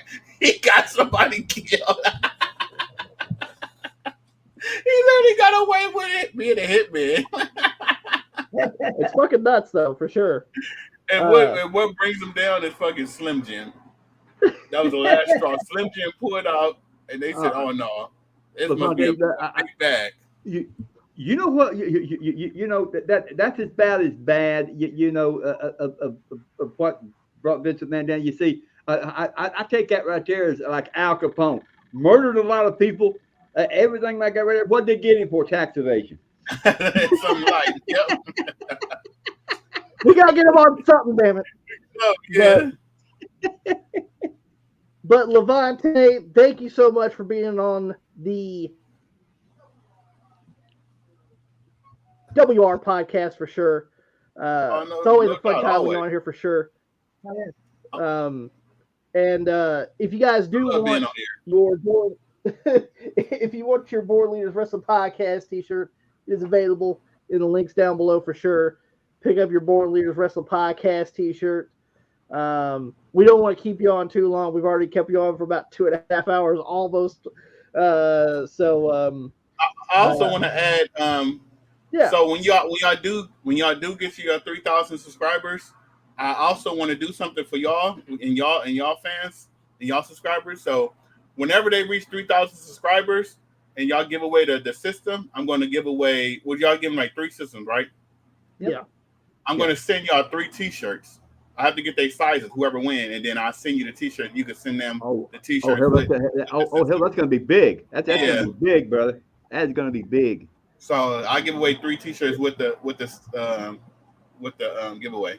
Hey, well, hey, guys, brother. you already heard it here right now. If you guys haven't subscribed to Wrestling Rampage, you guys need to, because not only are you going to get the 3 great systems with the 3 of the best wrestling games that you can get. As well, you guys are going to get a Board Leaders Wrestling Podcast t-shirt as well. So thank you, Levante. Thank you very much for that. Thank you, Levante. Great. I'm going to say this right here, having you on the show, and you know, when we're all together here, we have such a hell of a good time. Anytime. I mean, brother, you're a great person, a great guy. Great podcast show you do, and man, I think the world of you, man. Anytime. I tell everybody, there's no Born Leader Wrestling podcast without Wrestling Rampage. I feel like I've been watching y'all for so long, like it's crazy because Joey, like I've been watching your son was older though, but like your son was little. He was a kid. I remember when he was a kid on this show, and now he's like taller than you. I'm like, what the hell? I love it. I love it when you're on the show, and I tell you what, I would love to get Damo and Daniel on the show again. All 3 of you together, all 3 of us together, and man, just let the party rock. No doubt. I'm gonna set that up. We gotta set that up. Yeah, we do, brother. We gotta set that up, man. And you know, Levante, you're always welcome on the show. Daniel is always welcome on the show. Damo is always welcome on the show. Anytime. It's just sometimes you got to figure out a day that you guys can do it because sometimes I would love to have all of us on the show, man, and just rap and talk about things that we love. From their podcast. Oh yeah, absolutely. I gotta set that now. I'm getting familiar with this StreamYard because I did the whole thing with the 2K background. I mean the 2K. I did like a 2K video, so I'm getting familiar with the StreamYard. So yeah, we could get that going too. Yeah. I mean, it works out pretty well, and we've actually kind of learned better this time. So when we actually set it up, and hopefully there's no crashes or anything. We have to fucking, it might push us back 30 minutes or some shit. Hey, I was surprised that they was smooth. They just logged in, everything was right. I'm like, okay. No issues this time, except for Tommy's laptop. My laptop fucking sucks. Fuck my laptop. Hey, you gotta get you a MacBook. You gotta spend $1,300 and get you a MacBook. I spent $100 on that piece of shit.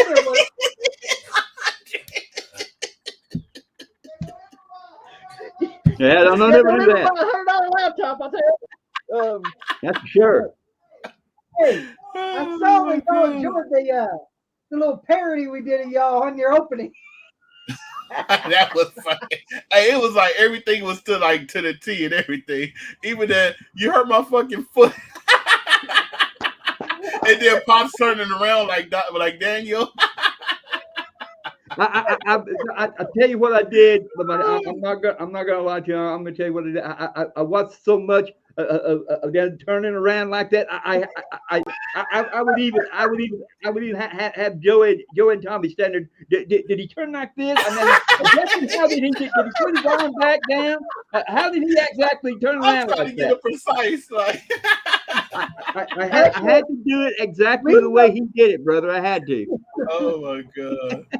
We ended up doing it like 4 different times just to make sure we got it down pat. Yeah, we got the bloopers coming. They'll come out on the blooper reel for sure. We had to run through that right there 4 times to do it. Tommy would goof up, Joey would goof up, I would goof up, and I get mad at myself and say, "Damn, I gotta get this right." But we the first time we did it, it was with a chair, and we did it twice, and we kept messing up. And Dama was like, "We gotta find something else." Because I was actually hitting him with the chair. So we have to find something else lighter. I know how it is. Cause I know how fun it is because we ended up getting like a roaster pan to do it with, right? And I told Tommy because it was after Tommy's surgery. I was like, I'll take the bump, okay? And Tommy was like, "Oh, okay, I can take it, right?" And then I was like, "Well, here, hit me with it real quick to see if I can take the bump, and I'll show you how to take the bump, right?" And fucking Tommy waffled me with the motherfucking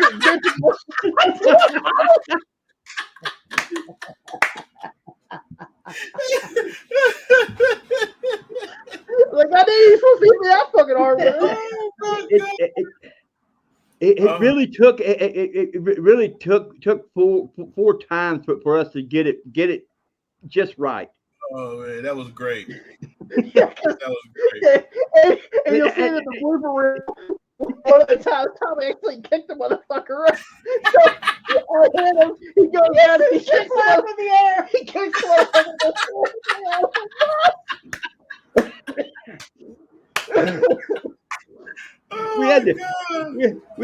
we had to set the camera up on the table because the first time the only thing you can see is Joey's waist. But this ain't right.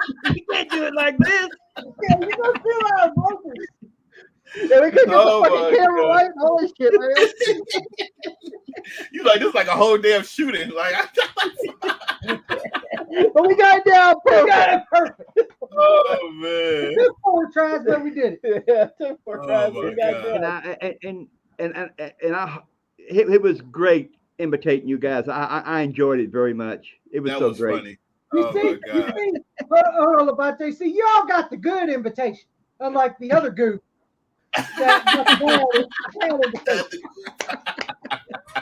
Mr. Wakeman. The preacher man. That just shows. I mean, he got the bad shit. We all did that right there just to show how much we care about you guys. Oh man, thanks. We appreciate it. So guys, make sure that you guys go over to Levante S. Smith's YouTube channel. Hit that subscribe button. We will leave a link in the description box below. Goes directly to his channel. Hit that subscribe button. They definitely need the subs. Get them there. Yeah. We need to get them to 10,000 soon. For I'm sure. back to doing a video a day. It's kicking my ass, but I'm back to doing that video a day shit. I'm gonna be honest. It was so cold this week I didn't even upload a fucking video. So, I'm sorry for everybody, guys. We had a cold. We were negative fucking 0 temperature for like fucking a week, guys. I'm sorry. My fucking hands were freezing just typing shit. But man, I'm telling you, it was cold, brother. I mean, type on the computer if you wanted to. Yeah, I'm like, damn, my finger's about to break off, man. Wait, is it true that is it before we leave? This time for sure. Before we leave, is it true that you guys retiring the Blu-ray? I mean, not Blu-ray. The what's the name? The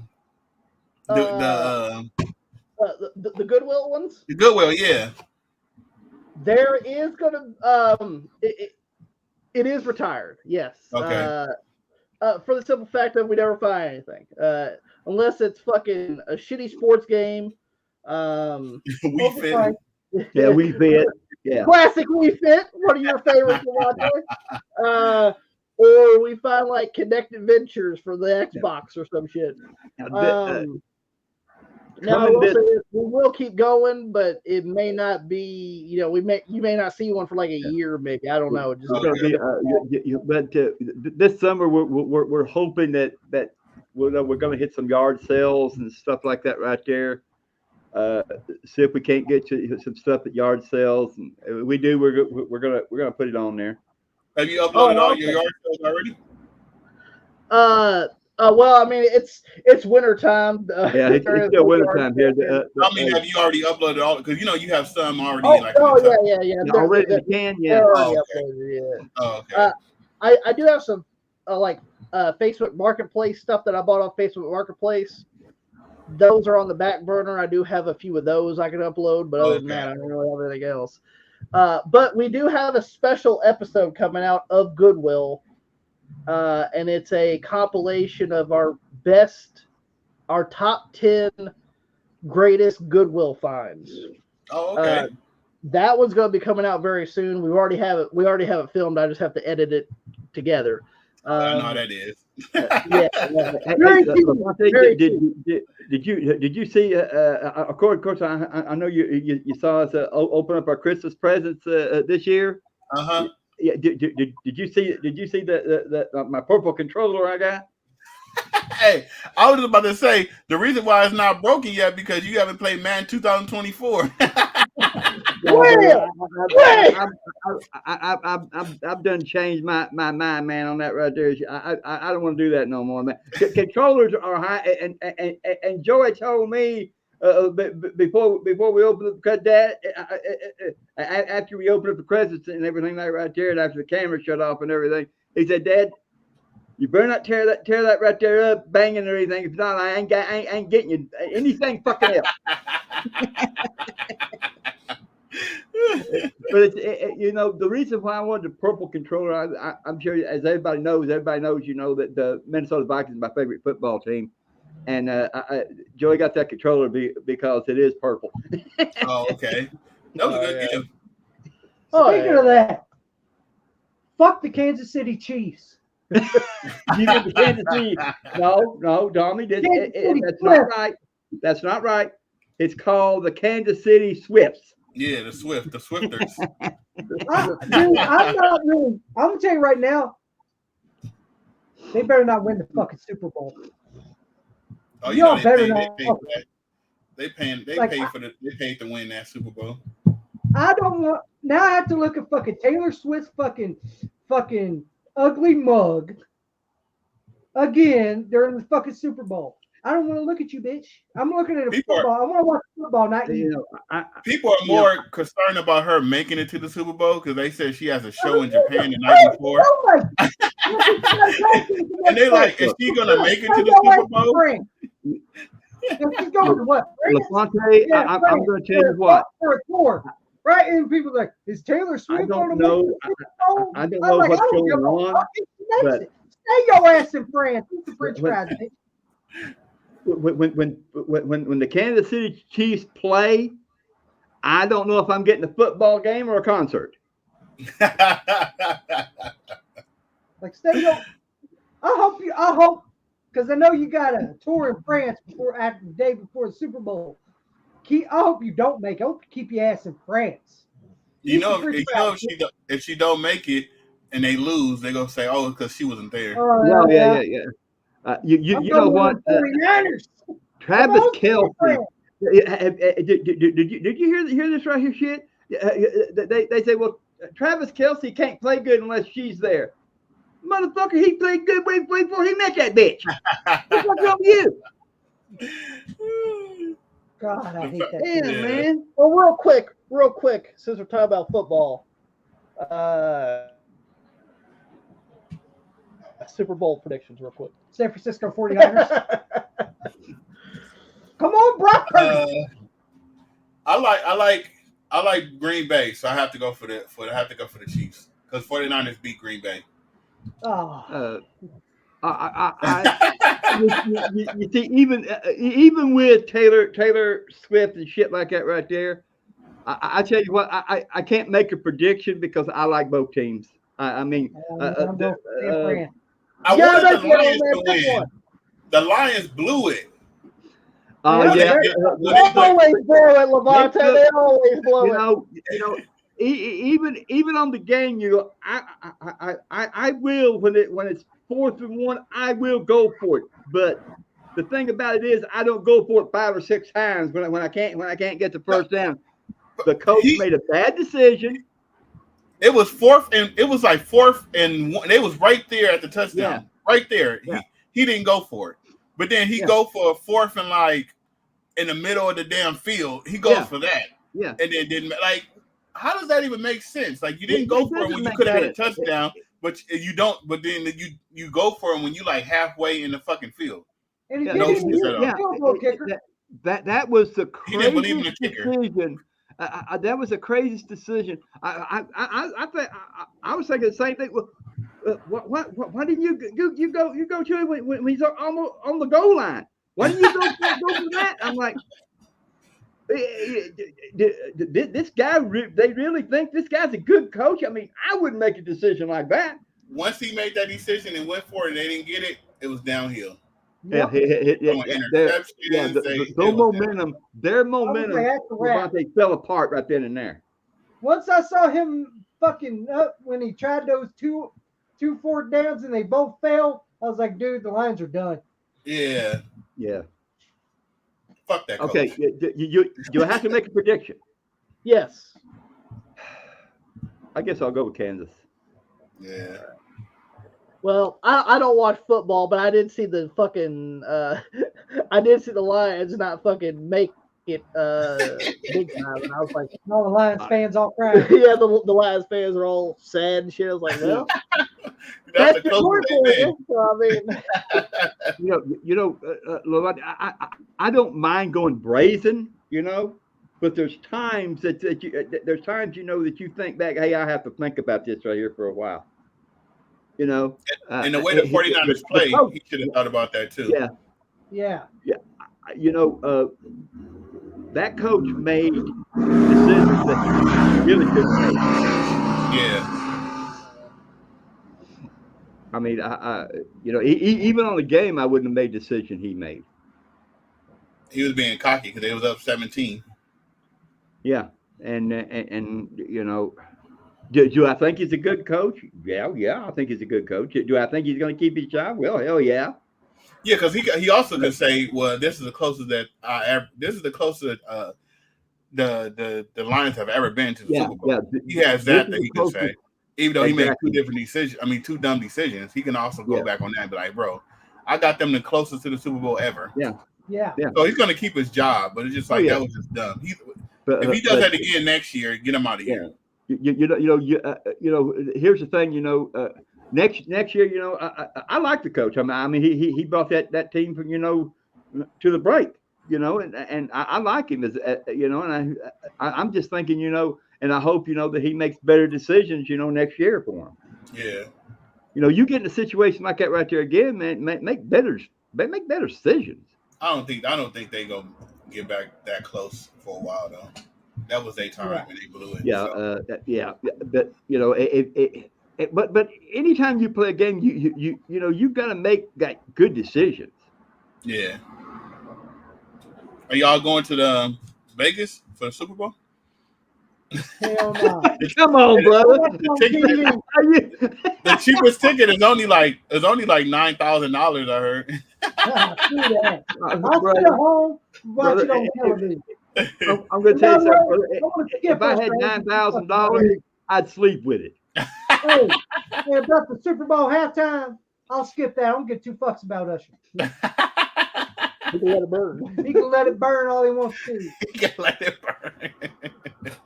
But you can tell all his confessions he won't. You can tell all his confessions he won't. You can see how bad you got it. You got it bad. Go ahead and sing all that shit. Go ahead. You can sing all that shit all you want to. Oh man! Whatever it is, it doesn't matter. You can do whatever the fuck you want. You can do all that shit. Go ahead.